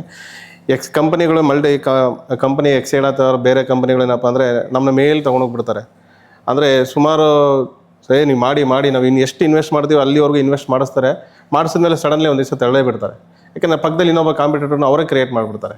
ಯಾಕಂದರೆ ಅದು ಕಂಪನಿಗಳೆಲ್ಲ ಅದು ಏನಿದೆ ಅಂತ ಗೊತ್ತಿಲ್ಲ, ಅಥವಾ ಇಲ್ಲಿ ಕಂಪ್ನಿ ಎಂಪ್ಲಾಯೀಸ್ ಮಾಡ್ತಾರೋ ಅಥವಾ ಹೆಡ್ ಆಫೀಸಲ್ಲಿ ಅವ್ರು ಹೇಳ್ತಾರೋ ಗೊತ್ತಿಲ್ಲ. ಆ ಥರ ಒಂದು 4-5 ಸಲ ನಾನು ಸ್ಟಾಪ್ ಮಾಡಿದ್ದೀನಿ. ಬೇಡ ಸರ್, ನೀವು ಬೇಡವಾ, ಬಿಲ್ಲಿಂಗ್ ಮಾಡಲ್ವಾ, ಬೇಡ, ನೋ ಪ್ರಾಬ್ಲಮ್, ಸ್ಟಾಪ್ ಮಾಡಿ. ನಾನು ಬೇರೆ ಕಡೆ ಹುಡುಕೊಂಡು ತಿರ್ಗಾ ಅಲ್ಲಿಂದ ತರಿಸಿ, ತಿರ್ಗಾ ಅಲ್ಲಿಂದ ಇಲ್ಲಿ ಮಾರ್ಕೆಟ್ ಇಲ್ಲಿರೋರಿಗೆ ಕಾಂಪಿಟೇಷನ್ ಕೊಡ್ತಿದ್ದೆ. ಯಾಕಂದರೆ ಬೇರೆ ಕಡೆ ನಾನು ಪರ್ಚೇಸ್ ಮಾಡೋ ಐಡಿಯಾ ಇರ್ತೀನಿ, ನಾನು ಪರ್ಚೇಸ್ ಮಾಡ್ತಿದ್ದೆ, ಅಲ್ಲಿಂದ ಬಂದೇ ಇಲ್ಲಿ ಕಡಿಮೆ ರೇಟಲ್ಲಿ ಕೊಡ್ತಿದ್ದೆ. ಅವ್ರಿಗೆ ಮತ್ತೆ ತಲೆಗೆಡೋದು, ಪಕ್ಕದಲ್ಲಿರೋ ಕಾಂಪಿಟೇಟರ್ ಅವನೇ ಓಡೋಗ್ಬೇಕಿತ್ತು, ಅವನೇ ಸ್ಟಾಪ್ ಮಾಡಬೇಕಿತ್ತು. ತಿರ್ಗಾ ಮತ್ತೆ ಅವರೇ ನಾನು ಹುಡ್ಕೊ ಬರ್ತಿದ್ವಿ. ಈ ಥರ ಆಲ್ಮೋಸ್ಟ್ ಒಂದು 4 ಟೈಮ್ಸ್ ಆಗಿದೆ. ಆ ಥರ 4 ಸಲ ನಾನು ಬಿಟ್ಟಿದ್ದೀನಿ, ಮತ್ತೆ ತಿರ್ಗಾ ಅವರೇ ಹುಡ್ಕೊಂಡು ಬಂದಿದ್ದಾರೆ, ತಿರ್ಗಾ ಅವರೇ ನನಗೆ ಕೊಟ್ಟಿದ್ದಾರೆ. ಆಯ್ತು ಸರ್ ನೀವೇ ಮಾಡಿ ಅಂತಿದ್ರೆ. ಈಗ ಬೇರೆ ಕಾಂಪಿಟೇಟರ್ ನಮ್ಮ ಏರಿಯಾದಲ್ಲಿ ಮಾಡಬೇಕು ಅಂತಂದರೆ ಅವ್ರು ಯೋಚನೆ ಮಾಡ್ತಾರೆ, ಓ SRS ಅವರು ಇದ್ದಾರೆ, ನಾನು ಅಲ್ಲಿ ಬೇಡ ಸರ್, ಬೇರೆ ಏರಿಯಾ ಕೊಡಿ ಅಂತಾರೆ. ಆಧಿಪತ್ಯ ಸ್ಥಾಪಿಸ್ಬಿಟ್ಟಿದ್ದೀರಾ. ಸೊ ಏನಂದರೆ ಅದು ಯಾವ ಥರ ಮಾಡಬೇಕು ಅನ್ನೋದು ತಿಳ್ಕೊಂಡಿದ್ದೀನಿ ಸರ್. ಯಾಕಂದರೆ ಪರ್ಚೇಸ್ ಯಾವ ಥರ ಮಾಡಬೇಕು. ಈಗ ನಾವೇನು ಮಾಡ್ತೀವಿ, ಮೊದಲೇ ಡಿಸ್ಟ್ರಿಬ್ಯೂಟರ್ ಆಗಿ ನಾವೇನು ಮಾಡ್ತೀವಿ, ಪರ್ಚೇಸ್ ಮಾಡ್ಬೇಕಾದ್ರೆ ಪ್ರಾಫಿಟ್ ಮಾಡಿಬಿಡ್ತೀವಿ. ನಾವು ಆಮೇಲೆ ಏನು ಕಾಸ್ಟಿಗೆ ಸೇಲ್ ಮಾಡಿದ್ರೂ ತೊಂದರೆ ಇಲ್ಲ ನನಗೆ. ಸೊ ಆ ಥರ ಈಗ ನಾನು ಮಾಡ್ತಾಯಿದ್ದೀನಿ. ಅದು ಬಿಟ್ಟು ನಾನು ಹೊಸದಾಗಿ ಮತ್ತೆ 2017ವರೆಗೂ ನಮಗೆ ಬಿಸ್ನೆಸ್ ಹಿಂಗೆ ನಡೀತಾ ಇತ್ತು. ಇಷ್ಟಾದರೆ ಬಟ್ ನನಗೆ ಏನು ಲಾಭ ಬರುತ್ತೆ, ಎಷ್ಟು ಬರ್ತಾಯಿದೆ, ಬಟ್ ದುಡ್ಡಂತೂ ಬರ್ತಾಯಿದೆ, ದುಡ್ಡು ಹೋಗ್ತಾ ಇದೆ, ಮನೆಗೆ ಆರಾಮಾಗಿದ್ದೀವಿ, ಮನೆಯಲ್ಲಿ ಫ್ಯಾಮಿಲಿ ಚೆನ್ನಾಗಿದೆ, ಎಲ್ಲ ಇದೆ, ಏನು ಪ್ರಾಬ್ಲಮ್ ಇಲ್ಲ. ಬಟ್ ಅಕೌಂಟಬಿಲಿಟಿ ನನಗೆ ಗೊತ್ತಿಲ್ಲ. ಆಟೋಮೇಷನ್ ಹೆಂಗೆ ಮಾಡಬೇಕು, ಎಂಪ್ಲಾಯೀಸ್ನ ಯಾವ ಥರ ತೊಗೋಬೇಕು, ಎಂಪ್ಲಾಯೀಸ್ಗೆ ಯಾವ ಥರ ಸ್ಯಾಲ್ರಿ ಕೊಡಬೇಕು ಅಂತ ಗೊತ್ತಿಲ್ಲ. ಅವ್ನು ಬಂದರೆ 5,000 ಸ್ಯಾಲ್ರಿ ಕೊಡ್ತಿದ್ದೆ ಅಷ್ಟೇ. 3 ದಿವಸ ಮಾಡ್ತಿದ್ದ ಓಡೋಗ್ಬಿಡ್ತೆ. ಯಾಕೆ ಬ್ಯಾಟ್ರಿ ಎತ್ಕೊಂಡು 4 ಕಡೆ ತಿರುಗಿಸ್ಬಿಟ್ರೆ ಓಡೋಗ್ಬಿಡ್ತಿದ್ದ ಅವನು. ಈ ಥರ ಇತ್ತು. 2017ವರೆಗೂ ನನಗೆ ಗೊತ್ತಿಲ್ಲ ಬಿಸ್ನೆಸ್ ಕರೆಕ್ಟಾಗಿ ಯಾವ ಥರ ಮಾಡಬೇಕು. 2017ನಲ್ಲಿ GST ಸ್ಟಾರ್ಟ್ ಆಯಿತು. GST ಸ್ಟಾರ್ಟ್ ಆದಮೇಲೆ ಅಲ್ಲಿಯೂ ಕೂಡ ಒಂಥರ ಬೇರೆಯವರೆಲ್ಲ ಏನೋ ಒಂಥರ ನನಗಿನ್ನ ಕಡಿಮೆ ಕೊಡ್ತಾರೆ, ಅವರು ಲೋಕಲ್ ಮ್ಯಾನುಫ್ಯಾಕ್ಚರಿಂಗ್ ಮಾಡ್ತಾರೆ, ಅಲ್ಲಿಗೇನೋ ಬೇರೆ ಅಡ್ಜಸ್ಟ್ಮೆಂಟ್ ಮಾಡ್ತಾರೆ. ನಮ್ಗೆ ಅದೆಲ್ಲ ಏನು GST ಬಂದಾಗ ಬಿಲ್ಲಿಂಗ್ ಮಾಡಬೇಕು, ನಮ್ಗೆ ಗೊತ್ತು GST ಕಟ್ಟಬೇಕು, ಬೇರೆ ಬಿಟ್ಟರೆ ಏನು ಗೊತ್ತಿಲ್ಲ ನನಗೆ. ಆಮೇಲೆ ಅವ್ರ ಹತ್ರನೂ ಸ್ವಲ್ಪ ತಿಳ್ಕೊಂಡೆ. ಸುಮಾರು 15 ದಿವಸ ಯೋಚನೆ ಮಾಡಿದೆ, ಏನು ಈ ಥರ ಮಾಡ್ತಾರಲ್ಲ, ಹೆಂಗೆ ಮಾಡ್ತಾರೆ, ಸ್ವಲ್ಪ ಅದ್ರ ಮೇಲೆ ಸ್ವಲ್ಪ ವರ್ಕ್ ಮಾಡಿದೆ. ಅದರಲ್ಲೂ ಕೂಡ ತಿಳ್ಕೊಂಡೆ. ನಾವು ಮತ್ತೆ ಅದನ್ನು ಬಿಸ್ನೆಸ್ ಮಾಡೋದ್ರ ಬಗ್ಗೆ ಯೋಚನೆ ಮಾಡಿ ತಿಳ್ಕೊಂಡೆ. ಬಟ್ ಯಾನೇ ಮಾಡಿದ್ರು ನನಗೆ ಅಕೌಂಟಬಿಲಿಟಿ, ನನಗೆ ಎಷ್ಟು ಲಾಭ ಬರ್ತಾಯಿದೆ ನನಗೆ ಗೊತ್ತಿಲ್ಲ. ಆ ಥರ ಇತ್ತು. ನಾನು 2024 ಲಾಸ್ಟ್ ಇಯರ್ ಆಗಸ್ಟಲ್ಲಿ BTI ಜಾಯ್ನ್ ಆಗಿದ್ದು. BTI ಜಾಯ್ನ್ ಆಗೋಕ್ಕೂ 2 months ನಾನು ನೋಡಿದ್ದೀನಿ.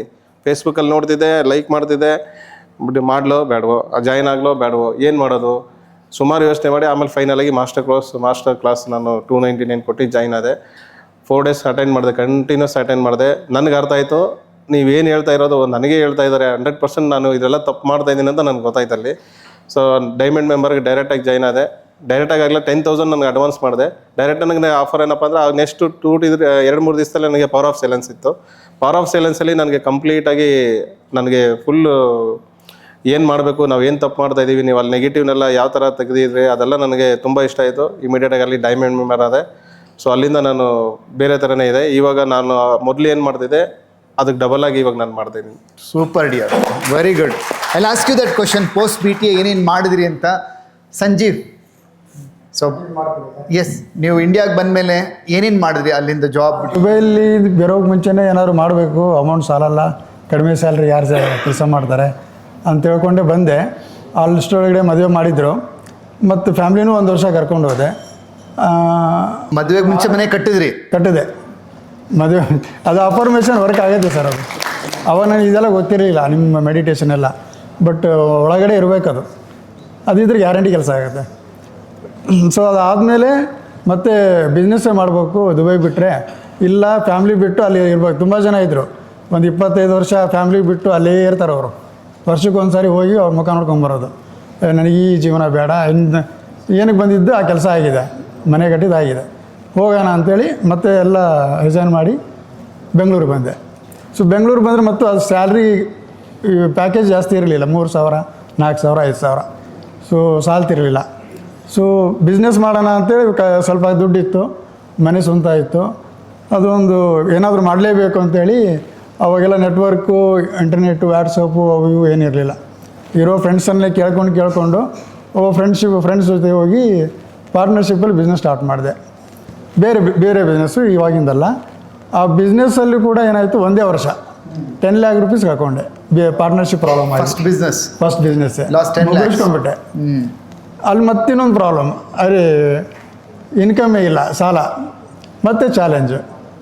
ನನ್ನ ಲೈಫೇ ಇದಾಯ್ತಲ್ಲಪ್ಪ, ಪರವಾಗಿಲ್ಲ ಏನಾಗಿದ್ದಾಗಲಿ ಅಂತೇಳಿ 2010ರಲ್ಲಿ ನಾನು ಓನಾಗಿ ಸ್ಟಾರ್ಟ್ ಮಾಡಿದೆ, ದಮನ್ ಟೆಕ್ನಾಲಜಿ ಅಂತ. ದಮನ್ ಅಂತ ನಮ್ಮ ಮಗನ ಹೆಸರು ಇದು, ಫ್ಯಾಷನ್ ಇವನೆಲ್ಲ ನಮ್ಮ ಮಗನ ಹೆಸರೇ. ಅವನ ಹೆಸರು ಇಟ್ಬಿಟ್ಟೆ ಮಾಡಿದೆ. ನನಗಾಗಿದ್ದು ಅವನಿಗಾಗಬಾರ್ದು. ಮತ್ತು ಅವಾಗಲೂ ಮತ್ತೆ ಅದೇ ಅಫರ್ಮೇಷನ್ನೇ. ನಾನು ಬ್ಯಾಂಕಿಗೆ ಹೋಗಿ ಮತ್ತು ಮನೆ ಕಟ್ಟಿದ್ದು ಎಷ್ಟು ಯೂಸ್ ಆಗುತ್ತೆ ಅಂದರೆ ಒಬ್ಬರಿಗೆ, ಇದೊಂದು ಸೀಕ್ರೆಟು ನನಗಾಗಿರೋದು.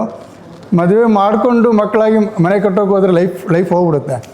ಸೊ ಏನೇ ಇದ್ದರೂ ಮದುವೆ ಮುಂಚೆ ಮಾಡಿ, ಆ ಮನೆ ನಿಮ್ಗೆ ಲೈಫ್ ಲಾಂಗ್ ಆಗುತ್ತೆ. ಅಲ್ಲ, ಆಮೇಲೆ ಭಾರಿ ಕಷ್ಟ ಬೀಳ್ತಾರೆ. ಈಗ ಮದುವೆ ಆಗಿರೋ ಇನ್ನು ಮನೆ ಕಟ್ತಿರೋರು ಆಗಲ್ವೇನೋ ಅಂದ್ಬಿಟ್ಟು. ಓಕೆ, ಎಷ್ಟು ಜನ ಮನೆ ಕಟ್ಟಿದ್ದೀರಾ, ಸ್ವಂತ ಮನೆ? ಅಮ್ನಿ ಆಫ್ ಯು? ಓಕೆ, ಇನ್ನು ಎಷ್ಟು ಜನ ಕಟ್ಟೋರು ರೆಡಿ ಇದ್ದೀರಾ? ಸಿಸ್ಟಮ್ ಬೆಳೆಸಿ ಆಗುತ್ತೆ, ಡೋಂಟ್ ವರಿ. ಆಗುತ್ತೆ ಸರ್, ಎಲ್ಲರೂ ಮಾಡ್ಬೋದು, ಡೋಂಟ್ ವರಿ. ಸೊ ಏನಾಯಿತು ಅಂದರೆ ನನ್ನ ಲೈಫಲ್ಲಿ ಮನೆ ನೋಡೇ ಸಾಲ ಕೊಡೋದು ಬ್ಯಾಂಕಲ್ಲಿ. ನನಗೆ ಅದೊಂದು ಯಾರಿಗೂ ಕೈ ಸಾಲ ಆದರೂ ಕೊಡೋಲ್ಲ. ಏನಿಲ್ದೇ ಬ್ಯಾಂಕಿಗೆ ಹೋದರೆ ಏನಾದ್ರು ಕೊಡು ಅಂತಾರೆ. ಬಿಸ್ನೆಸ್ಸಿಗೆ ಬೇಕಾಗಿದ್ದು ಬಂಡವಾಳ. ನನಗೆ ತೊಂದರೆ ಇಲ್ಲ, ನಾನು ಕಟ್ಟಿದ ಮನೆ, ನನಗೆ ಫ್ರೀಡಮ್ ಇತ್ತು. ಅಷ್ಟೊಳಗೆ ತಮ್ಮಂದರೆ ಎಲ್ಲ ಸೆಟ್ಲ್ ಮಾಡಿದ್ದೆ, ನಾನೇ ಓದಿಸಿದ್ದು, ನಾನೇ ಕೆಲಸಕ್ಕೆ ಸೇರಿಸಿದ್ದು, ಎಲ್ಲ ನಾನೇ ಸೆಟ್ಲ್ ಮಾಡಿದ್ದು ಅವರಿಗೆ. ಆಮೇಲೆ ಮದುವೆ ಆಗಿದ್ದು ನಾನು. ಸೊ ಅದೆಲ್ಲ ಆದಮೇಲೆ ಬಿಸ್ನೆಸ್ ಸ್ಟಾರ್ಟ್ ಆಯಿತು. ಬಿಸ್ನೆಸ್ಸು ಗುರು ಯಾರೂ ಇಲ್ಲ, ಚಿಕ್ಕ ಏಜು. ಬ್ಯಾಂಕಲ್ಲಿ ಸಾಲ ಕೊಟ್ಟರು ಮನೆ ನೋಡಿಕೊಂಡು. ಏನು ಮಾಡ್ತೀವಿ ಮಾಡ್ಕೊಳ್ಳಪ್ಪ, ನಮ್ಮ ಸಾಲ ನೀರಾಗಿ. ಅವಾಗೆಲ್ಲ ತುಂಬ ಕಷ್ಟ, ಲೋನ್ ಎಲ್ಲ. ಈಗ ಮನೆ ಬೇಕಂತ ಬರ್ತಾರೆ. ಒಂದು ಲೋನ್ ತೊಗೋಬೇಕಂದ್ರೆ 1 ವರ್ಷ ಬೇಕು ಒಂದು ಲೋನ್ ಸ್ಯಾಂಕ್ಷನ್ ಆಗೋಕ್ಕೆ. 2010ನಲ್ಲಿ ಅದಾದಮೇಲೆ ಫ್ಯಾಕ್ಟ್ರಿನೇ ಹಾಕ್ಬಿಟ್ಟೆ ನಾನು, ಇಂಟೀರಿಯರ್ದು ಮಷಿನರೀಸ್ ಎಲ್ಲ. ಆವಾಗ ಟ್ರೆಂಡ್ ಹುಡುಕಿದೆ, ಈಗೇನು ಟ್ರೆಂಡ್ ನಡೀತಾ ಇದೆ ಅಂತ ನೋಡಿದ್ರೆ ಮಾಡ್ಯುಲರ್ ಕಿಚನ್ ವೆರಿ ಇದರಲ್ಲಿತ್ತು. ಅವಾಗ ಯಾರೂ ಮಾಡ್ತಿರಲಿಲ್ಲ, ಬೆಂಗಳೂರಲ್ಲಿ ಅಷ್ಟೊಂದು ಕಂಪ್ನಿನೇ ಇರಲಿಲ್ಲ. ಸೊ 2013ವರೆಗೂ ಫುಲ್ ಸೆಟಪ್ ಮಾಡಿದೆ 3 ವರ್ಷದಲ್ಲಿ. ಮಾಡಿದಾದ್ಮೇಲೆ ಎಂಪ್ಲಾಯೀಸ್ ಅದನ್ನು ಮಾಡೋರಂಥ ಜನ ಇಲ್ಲ. ಡಿಪ್ಲೊಮಾ ಆಗಲಿ, ITI ಆಗಲಿ ಅದನ್ನು ಮಾಡೋರು ಯಾರಿಲ್ಲ. ಎಲ್ಲ ಲೇಬರ್ಸು, ಹೆಲ್ಪರ್ಸು. ಅದು ದೊಡ್ಡ ಇನ್ನೊಂದು ಚಾಲೆಂಜು. ಅವರು ಟ್ರೈನಪ್ ಮಾಡಬೇಕು. ನಮ್ಮ ಲೈನಲ್ಲಿ ಇದ್ದಾರೆ, ಇಲ್ಲಿಲ್ಲ ಕೆಲವೊಬ್ರು ಇದ್ದಾರೆ. ಲೇಬರ್ಸ್ನ ಟ್ರೈನ್ ಮಾಡೋದಿದೆಯಲ್ಲ ಅದಿನ್ನೂ ಯಾಕೆಂದ್ರೆ ಕಾರ್ಪೆಂಟ್ರಿ ಬೇರೆ, ಮಷಿನ್ ವರ್ಕ್ ಬೇರೆ. ಕರೆಕ್ಟ್. ಸೊ ಅವ್ರನ್ನ ರೆಡಿ ಮಾಡಿಕೊಂಡು ಅಲ್ಲಿ ಟೀಮ್ ಬಿಲ್ಡಪ್ ಮಾಡಿ 2015ವರೆಗೂ ನಾನು ಆವಾಗಲೇ ಕ್ರೋರ್ಸ್ ಟುಗೆತ್ ನೋಡಿದ್ದೀನಿ. ಅದು ಅಫರ್ಮೇಷನ್ನೇ. ನಾನು ಕ್ರೋರ್ಪತಿ ಆಗಬೇಕಾಗಿತ್ತು, ಆಗ್ಬಿಟ್ಟೆ 2015ರಲ್ಲೇ ಆದೆ. 2015 ಆದಮೇಲೆ ಅಗೇನ್ ಚಾಲೆಂಜು ಡಿಮಾನಿಟೇಷನ್ ಬಂದಾಗ ಸ್ವಲ್ಪ ಡಲ್ ಆಯಿತು. ಅಂಥದ್ದೇನು ಆಗಿರಲಿಲ್ಲ, ಬಟ್ ಡಲ್ ಆಯಿತು. ನೋಡಿ, ಎಂಪ್ಲಾಯೀಸಿಗೆ ನಾನು ಹಿಡ್ಕೊಳ್ಳೋದು ಗೊತ್ತಿರಲಿಲ್ಲ. ಇನ್ನೊಂದು ಏನಂದರೆ ಲೋನ್ ತೊಗೊಂಡಿದ್ದೆ, ಆರ್ಡ್ರ್ ತುಂಬ ಬರ್ತಾಯಿತ್ತು. ಹೊಸ ಟ್ರೆಂಡು ಮಾಡ್ಯುಲರ್ ಕಿಚನ್ನು, ಬರೀ ಜಸ್ಟ್ ಡೈಲಲ್ಲಿ ಹಾಕಿದರೆ ಸಾಕು. ಅವೆಲ್ಲ ಬರೀ ಜಸ್ಟ್ ಡೈಲು, ಇನ್ಸ್ಟಾಗ್ರಾಮ್ ಫೇಸ್ಬುಕ್ ಇರಲಿಲ್ಲ. ಹುಡ್ಕೊಂಡು ಬರೋದು ಫ್ಯಾಕ್ಟ್ರಿಗೆ. ಆರ್ಡ್ರ್ ಕೈ ಬಂದರೆ ಆರ್ಡ್ರ್ ಗ್ಯಾರಂಟಿನೇ. ಅಲ್ಲಿ ಅಮೌಂಟ್ ಬರ್ತಾಯಿದೆ, ಬ್ಯಾಂಕ್ ಲೋನ್ ಇದೆ, ಫಂಡ್ ಇದೆ, ಮ್ಯಾರೇಜ್ ಗೊತ್ತಿಲ್ಲ, ಸ್ಯಾಲ್ರಿ ಬೇಕಾಗ್ಬಿಟ್ಟು ಸ್ಯಾಲ್ರಿ ಕೇಳ್ತಾರೆ. ಸೊ ಕೊಡ್ತಾ ಏನಾಯಿತು, ಮನಿ ಮ್ಯಾನೇಜ್ಮೆಂಟ್ ಗೊತ್ತಾಗಲಿಲ್ಲ ನನಗೆ. ಯಾವಾಗ ಯಾರು ಗುರುಗಳಿರಲಿಲ್ಲ. ನನ್ನ ಫ್ಯಾಮ್ಲಿಗೆ ಬ್ಯಾಕ್ಗ್ರೌಂಡಲ್ಲಿ ಯಾರು ಬಿಸ್ನೆಸ್ ಮನೆ ಇಲ್ಲ, ಎಲ್ಲ ಕೆಲಸಕ್ಕೆ ಹೋಗೋರು. ಸೊ ಮನಿ ಮ್ಯಾನೇಜ್ಮೆಂಟು ಅದು ಕರೆಕ್ಟ್ ಇರೋದು ಗೊತ್ತಿಲ್ಲ. ನಾನು ಲಾಭ ಬರ್ತಾಯಿದೆ ಅಂದ್ಕೊಂಡಿದ್ದೆ, ಲಾಭನೇ ಲೆಕ್ಕ ಹಾಕಿರಲಿಲ್ಲ. ಸೊ ಮನಿ ಮ್ಯಾನೇಜ್ಮೆಂಟ್ ಇಲ್ಲೇನಾಗುತ್ತೆ, ಯಾವ ಪ್ರಾಜೆಕ್ಟಿಗೆ ಎಷ್ಟು ನಾವು ಲಾಭ ಬರ್ತಾಯಿದೆ ಅಂತ ನನಗೆ ಗೊತ್ತೇ ಇರಲಿಲ್ಲ. ಲೋನ್ ತೊಗೊಂಡಿದ್ದು ಕ್ಲಿಯರು ಮಾಡ್ತಾಯಿದ್ದೆ ನಾನು, ಆಲ್ಮೋಸ್ಟ್ ಕ್ಲಿಯರ್ ಆಗಿತ್ತು. ಆಮೇಲೆ ಡಿಮಾನಿಟೇಷನ್ ಬಂತು, ಫಂಡ್ ಕರಗಿತ್ತು. ಆವಾಗ ಸ್ವಲ್ಪ ಚುರು ಅಂತ ನನಗೆ ಫೈನಾನ್ಸು ಏನೋ ಆಗ್ತಿದೆ.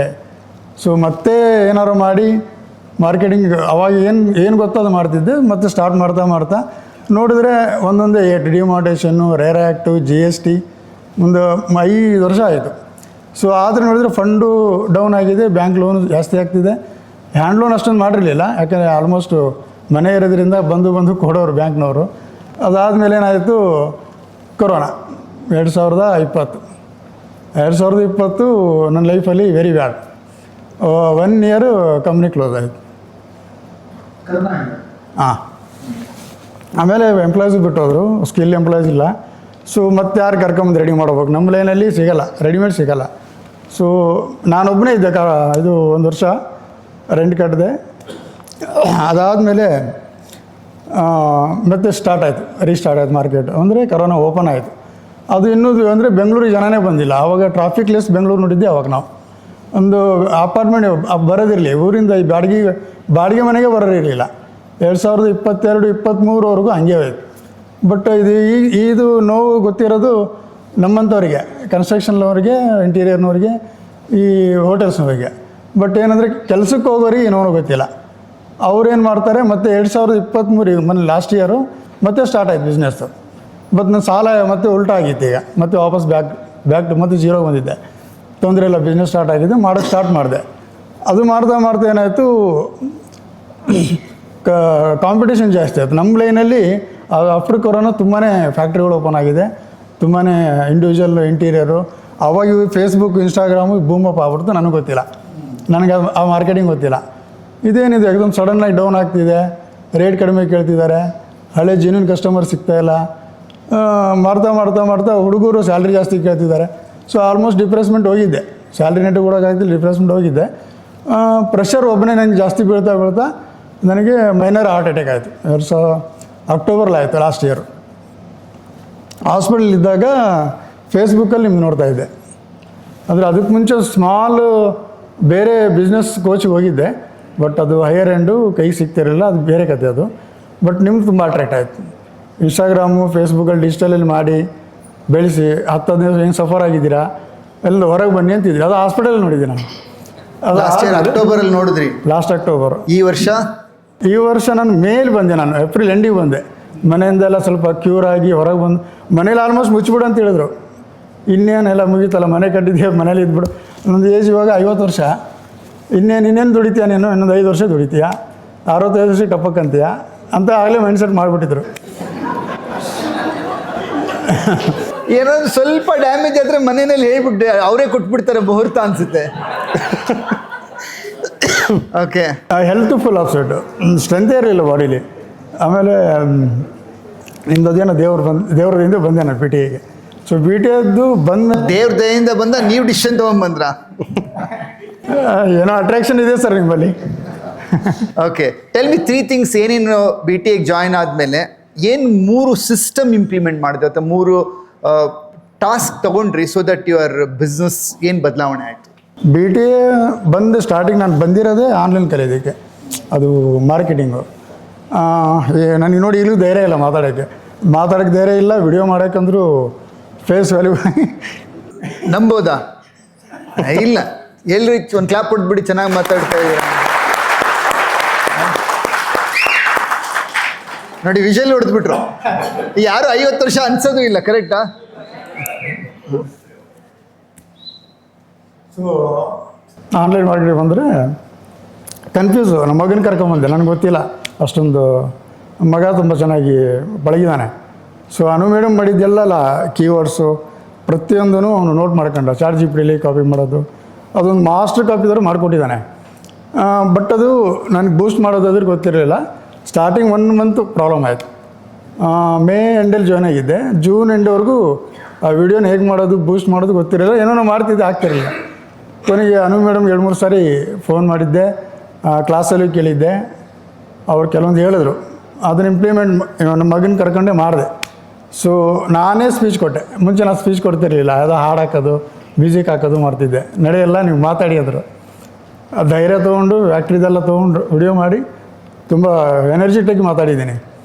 ಅದು ಒಂದು ಮಾಸ್ಟರ್ ಕಾಪಿ ಥರ ಆ ವಿಡಿಯೋ ಬರೀ 3 ಮಂತಲ್ಲಿ ಆಲ್ಮೋಸ್ಟ್ 2 ಮಿಲಿಯನ್ ಓಡಿದೆ. 2 ಮಿಲಿಯನ್ ವ್ಯೂಸ್ ಆಗಿದ್ದಾರೆ. ಎಕ್ದಮ್ 2 ಮಿಲಿಯನ್ಸ್, ಅಷ್ಟೊಂದು ವೈರಲ್ ಆಗಿದೆ. ದುಡ್ಡು ಹಾಕಿ ಬೂಸ್ಟ್ ಮಾಡಿದೆ, ವೈರಲ್ ಆಗಿದೆ. ಇಲ್ಲ, ವೈರಲ್ ಸ್ವಲ್ಪ ಆಯಿತು, 50,000ವರೆಗೂ ಹೋಯಿತು. ಲೀಡ್ಸ್ ಕಡಿಮೆ ಬರ್ತಾಯಿತ್ತು. ಸೊ ನಮ್ಮ ಟಿಕೆಟ್ ಸೈಜ್ ಜಾಸ್ತಿ ಮಾರ್ಕೆಟಿಂಗ್ ಅಂದರೆ ಇಂಟೀರಿಯರು ಮಿನಿಮಮ್ 5 ಲ್ಯಾಕ್ 10 ಲ್ಯಾಕ್ ಇರುತ್ತಲ್ಲ, ಅಂಥ ಕಸ್ಟಮರ್ ಬೇಕು. ಸೊ ನಾನು ಪರ್ ಡೇ 250 to 1000 rupees ಹಾಕ್ತಾ ಹೋದೆ. 1 ಮಂತಿಗೆ ಆಲ್ಮೋಸ್ಟ್ ಒಂದು 30,000 ಹಾಕಿದ್ದೀನಿ. ಸೊ ಆಲ್ಮೋಸ್ಟ್ ಈಗ ನಾನು ಹೇಳ್ಕೊಂಡಿರ್ಬೇಕು ನಿಮ್ಮ ಹತ್ರ, ನಮಗೆ ಕೊಟೇಶನ್ ಕೊಡೋಕ್ಕಾಗ್ತಿಲ್ಲ ಅವರಿಗೆ. ಅವ್ರು ಕೇಳಿದ್ದು ಒಂದು ವಿಡಿಯೋ ಓಕೆ, ಒಂದು ವಿಡಿಯೋನಲ್ಲಿ ಒಬ್ಬರು 3 ಟನ್ ಮ್ಯಾಂಗೋ ಸೇಲ್ ಮಾಡಿದ್ರು ಒಂದು ವಿಡಿಯೋದಲ್ಲಿ, ರೈಟ್? ಎಷ್ಟು ಜನ ವಿಡಿಯೋ ಮಾಡ್ತಾ ಇದ್ದೀರಾ? ಯಾರು ಮಾಡ್ತಾ ಇಲ್ಲ ಇನ್ನೂ? ಓಕೆ, ಲಂಚ್ ಬ್ರೇಕಲ್ಲಿ ಒಂದು ವಿಡಿಯೋ ಮಾಡಿಬಿಡಿ ಎಲ್ಲರೂ. ಓಕೆ, ವಿಡಿಯೋ ಮಾಡಿ ತೋರಿಸಿದ್ಮೇಲೆ ಊಟಕ್ಕೆ ಹೋಗೋಣ. ವಿಲ್ ಸ್ಟೇ ಬ್ಯಾಕ್ ಹಿಯರ್, ಯಾರು ವಿಡಿಯೋ ಮಾಡಿಲ್ಲ ಇದುವರೆಗೂ. Okay, that's a task today. Powerful boss, right? Yes. ಒಂದ್ಸರಿ ನಿಂತ್ಕೊಂಡ್ಬಿಡಿ ಎಲ್ಲ, ಯಾರ್ಯಾರು ವಿಡಿಯೋ ಮಾಡಿಲ್ಲ ಇದುವರೆಗೂ. ನಿಂತ್ಕೊಳ್ಳಿ, ಎನರ್ಜಿ ಕೊಡ್ತೀವಿ. ಓಕೆ, ಒಂದು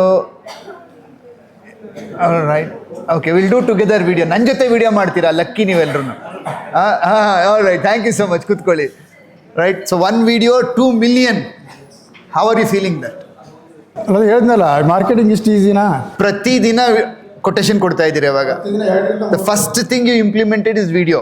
ಆಮೇಲೆ ನೆಕ್ಸ್ಟು ಅದು ಒಂದು ಪಾರ್ಟ್ ಸರ್. ಅದು ಅನು ಮೇಡಮ್ದು ಅದು ಒಂದು ಪಾರ್ಟ್. ಆದರೆ ನೀವು ಒಂದು ಪಾರ್ಟ್ ಇದ್ದೀರಾ.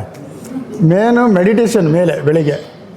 ನಾನು ಬೆಳಿಗ್ಗೆ ಹೇಳ್ಬಾರ್ದು, ಆರಾಮ ಮಲಗಬೇಕು, ಹಾರ್ಟ್ ಪೇಷಂಟ್ ಅಲ್ಲ, ನಿದ್ದೆ ಚೆನ್ನಾಗಾಗಬೇಕು, ಟೆನ್ಷನ್ ತೊಗೋಬಾರ್ದು ಅಂದರು.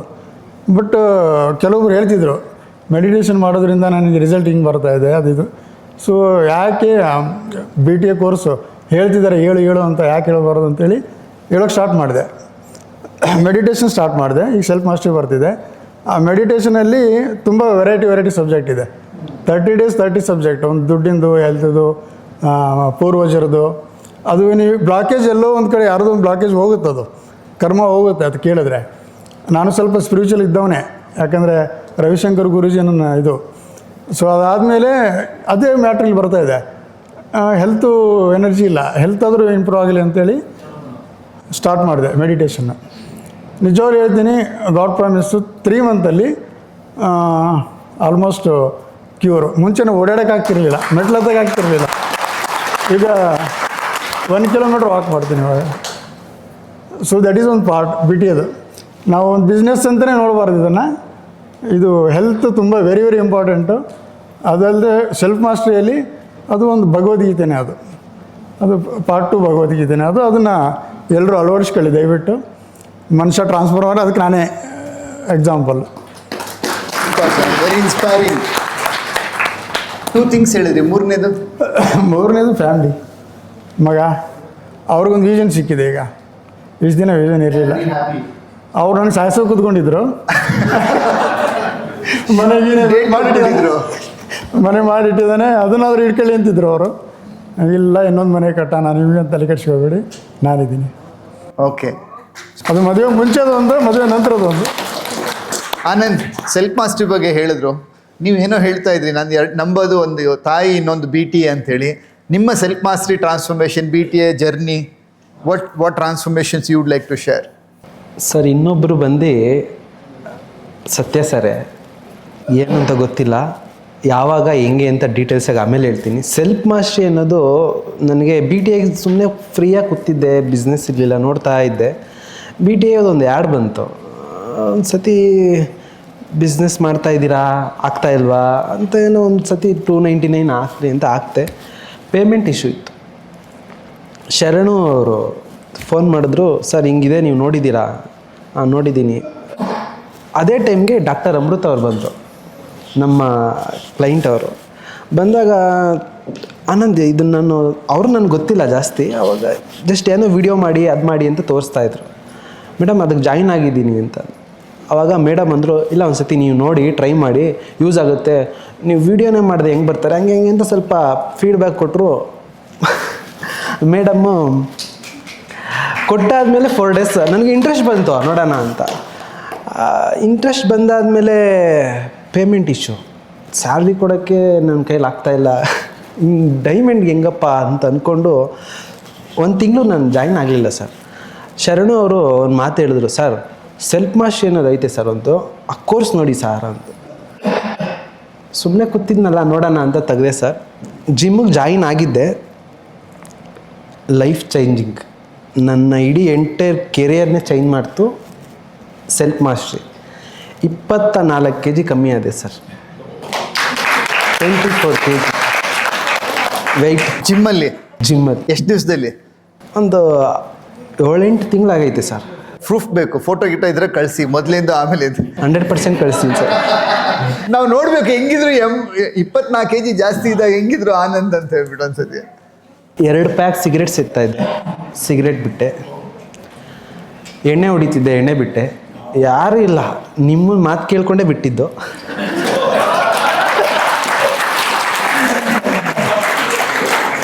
ನನಗೆ ಒಂಥರ ನೀವು ಹೆಂಗೆ ಕಂಡ್ರಿ ಅಂದರೆ ಆ ಟೈಮಲ್ಲಿ ಅದನ್ನು ಎಕ್ಸ್ಪ್ಲೈನ್ ಮಾಡೋಕ್ಕಾಗಲ್ಲ. ನಾನು ಅದಕ್ಕೆ ಒಂದೊಂದು ಸತಿ ನಾನು ನಿಮ್ಮನ್ನ ತುಂಬ ಕನೆಕ್ಟಾಗಿ ಕೆಲವೊಂದನ್ನು ನಾನು ಹೇಳ್ಕೊಳಕ್ಕಾಗಲ್ಲ, ಅದು ಚೆನ್ನಾಗಿರಲ್ಲ. ಅದು ಇಲ್ಲಿದೆ. ನಾನ್ ವೆಜ್ ಬಿಟ್ಟೆ. 3 ಟೈಮು ಇದ್ದರೆ ಮಾತ್ರ ತಿಂತಾಯಿದ್ದೆ ಮನೇಲಿ. ಈಗ ಉಲ್ಟಾ ನಾನೇ ಮಾಡ್ಕೊಡ್ತೀನಿ, ಆದರೆ ಒಂದೊಂದು ಸತಿ ಮಾಡ್ಕೊಡ್ತೀನಿ. ಆವಾಗ ರಸ ಗಿಸ ಏನಾದರೆ ಏನಮ್ಮ ತಿನ್ನೋಕ್ಕಾಗಲ್ಲ. ಈಗ ಉಲ್ಟಾ ಏನಂದರೆ, ನೋಡಪ್ಪ ನಿನಗೆ ರಸ ಐತೆ, ನಮಗೆ ಚಿಕನ್ ಮಟನ್ ಎಲ್ಲ ಐತೆ. ನಾನ್ ವೆಜ್ ಬಿಟ್ಟೆ ಸರ್. ಅದಾದಮೇಲೆ ಮೇಯ್ನು ಒಂದು ಅರ್ಥ ಮಾಡಿಕೊಂಡೆ, ಬಿಸ್ನೆಸ್ ಮಾಡೋದಕ್ಕೆ ಫಸ್ಟು ಮೆಂಟಲಿ ನಾವು ಸ್ಟ್ರಾಂಗ್ ಆಗಿರಬೇಕು. ಎಲ್ಲರೂ ಅವಾಗಿಂದ ಹೇಳ್ತಾಯಿದ್ರು, ನಾನು ಪವರ್ ಆಫ್ ಸೈಲೆನ್ಸಲ್ಲೂ ಹೇಳಿದೆ, ಮೆಂಟಲಿ ಸ್ಟ್ರಾಂಗ್ ಆಗಿರಬೇಕು ಅಂತಂದರೆ ಯಾರನ್ನ ಬೇಕು ಅಂತಂದರೆ 101% ಸತ್ಯ ಸರ್ ಲಾಜಿಕ್ಕಾಗಿ ಎಲ್ಲ ಮಾಡಿಕೊಡ್ತಾರೆ. ಮ್ಯಾಜಿಕ್ ಕ್ರಿಯೇಟ್ ಮಾಡೋದೇ ಅನು madam.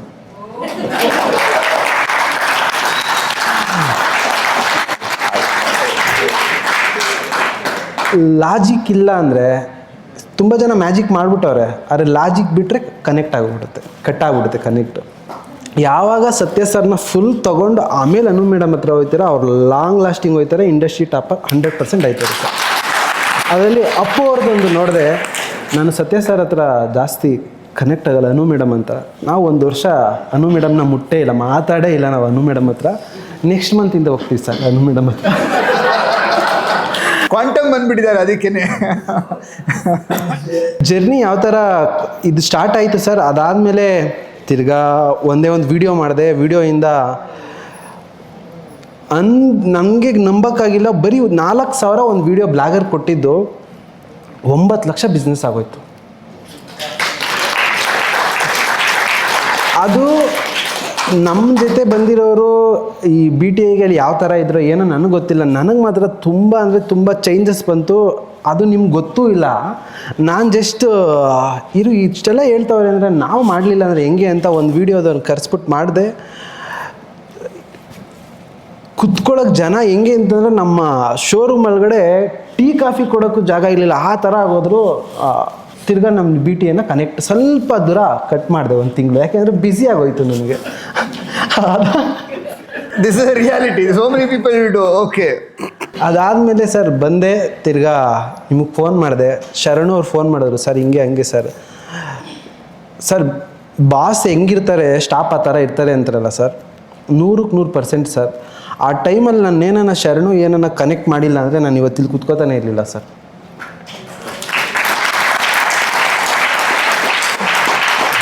Big round of applause to all BTA team members. ಶರಣು ಅವರು ಪೇಮೆಂಟ್ ಇಶ್ಯೂ ಇಲ್ಲ, ನಾನು ಸರ್ ಹತ್ರನೇ ಮಾತಾಡಬೇಕು, ನಿಮಗೆ ನಾನು ಫೋನ್ ಮಾಡಿದೆ, ಸರ್ ನನ್ನ ಲೈಫಲ್ಲಿ ಇದೆಲ್ಲ ಮಾಡಿದ್ದೀನಿ, ನಮ್ಮ ಗುರುಗಳಿಗೆ ಒಂದು ಥ್ಯಾಂಕ್ಸ್ ಹೇಳ್ಬಿಡಿ ಜಾಯ್ನ್ ಆಗಿ ಅಂದ್ರಿ. ಸರಿ ಆಯಿತು ಅಂತ ಆನ್ ಬೋರ್ಡಿಂಗ್ ಬಂದೆ. ಆನ್ ಬೋರ್ಡಿಂಗ್ ಬಂದಾಗ ಇನ್ನೊಂಥರ ಚೇಂಜಸ್ ಬಂತು. ಮಾತಾಡೋದು ಗೊತ್ತಿಲ್ಲ. ಅವನ ನಿಮ್ಗೆ ಬಂದು ಸ್ಟಾರ್ಟಿಂಗೆ ಸರ್ ನಾನು ಸೆಲ್ಫ್ ಮಾಸ್ಟ್ರಿಯಿಂದ 6 kg ಕಮ್ಮಿ ಆಗಿದ್ದೀನಿ ಸರ್ ಅಂತ ಅಂದೆ. ಅರೆ ಅದು 4 ಆಗಿದೆ, 24 kg ಕಮ್ಮಿ ಆಗಿದೆ. ಅದಾದಮೇಲೆ ಸರ್ ಹಂಗೆ ಜರ್ನಿ ನಡೀತಾ ಇತ್ತು. ಏನು ನಿಮ್ಮ ಶೋರೂಮ್ಗೆ ಬರಬೇಕು ಅಂತಂದರೆ, ನಿಮ್ಮ ಕಂಪ್ನಿಗೆ ಬರಬೇಕು ಅಂದರೆ ಏನೈತೆ ನಿಮ್ಮ ಹತ್ರ, ನಿಮ್ಮ ಕಾಂಪಿಟೇಟರ್ಗಿಂತ ಆಪೋಸಿಟ್ ನಿಮ್ಮ ಹತ್ರ ಏನಕ್ಕೆ ಬರಬೇಕು ನನಗೆ ಗೊತ್ತಿಲ್ಲ. ಏನಕ್ಕೆ ಬರಬೇಕು ಅಂತಲೂ ಗೊತ್ತಿಲ್ಲ. ಏನು ಸರ್ವಿಸ್ ಚೆನ್ನಾಗಿ ಮಾಡ್ತಾರೆ, ಎಲ್ಲರೂ ಮಾಡ್ತಾರೆ ಸರ್ವೀಸು. 6 ತಿಂಗಳು ಬ್ಲ್ಯಾಂಕ್, ಇದೇ ರಿಸರ್ಚ್ ಏನು ಮಾಡಬೇಕು, ಯಾವ ಥರ ಮಾಡಬೇಕು. 5 lakhs ಅಚೀವ್ ಮಾಡಿದೆ. ಅವಾರ್ಡು ಕೊಟ್ಟರೆ, ಅವಾರ್ಡ್ ಕೊಟ್ಟಾದಮೇಲೆ ಅವಾರ್ಡ್ ಟೈಮಲ್ಲಿ ಹೇಳಿದೆ ಸರ್ ನಾನು 5 ಬ್ರ್ಯಾಂಚ್ ಮಾಡಬೇಕು ಸರ್. ಅಪರ್ಮಿಷನ್ನು 2 ಬ್ರ್ಯಾಂಚಲ್ಲೇ ಬಿಸ್ನೆಸ್ ಮಾಡ್ತಿಲ್ಲ, ಆದರೂ 5 ಬ್ರ್ಯಾಂಚ್ ಮಾಡಬೇಕು. ಸರ್ರು ಮಕ್ಕೋಗಿಬೇಕಾ ಇಲ್ಲ ಹೊಗಳ್ಬೇಕಾ ಗೊತ್ತಿಲ್ಲ. Anand first 2 People ask the same question to come and me. ನಾನು ದೊಡ್ಡದಾಗಿ ಬೆಳೆದು ಬಿಡ್ತೀನಿ, ಮಾಡ್ತೀನಿ. ತುಂಬ ಜನ ಹೇಳ್ತಾರೆ ಫಸ್ಟ್ ಇರೋದನ್ನು ಚೆನ್ನಾಗಿ ಮಾಡ್ತಾ ಇದ್ದೀರಾ, ಲಾಭ ಮಾಡ್ತಾ ಇದ್ದೀರಾ ಅಂತ ಫಸ್ಟ್ ಕ್ವಶನ್ ಕೇಳ್ತೀನಿ. It's a general question, right? So will not answer straight away ನಾನು ಏನಾದರೂ ಮಾಡ್ತೀನಿ ಮಾಡು ಅಂತ ಹೇಳಿದಾಗ it's difficult to tell. Now is how many branches you are running? ಆಮೇಲೆ ಹೇಳ್ತೀನಿ ಸರ್, ಇನ್ನು ಟ್ವಿಸ್ಟ್ ಐತೆ, ಅದಾದಮೇಲೆ ಹೇಳ್ತೀನಿ. ನೋಡಿ, ಮಾತಾಡೋಕ್ಕೆ ಬರಲ್ಲ ಅಂತ ಹೇಳಿದವರೆಲ್ಲ ಎಷ್ಟು ಚೆನ್ನಾಗಿ ಮಾತಾಡ್ತಾರೆ. ಹೋಲ್ಡ್ ಮಾಡಿ ಸರ್, ನಾನು ತುಂಬ ಮಾತಾಡೋದಿದೆ ಇವಾಗ ಅಂತೇಳಿ. Continue dear. 5 lakhs give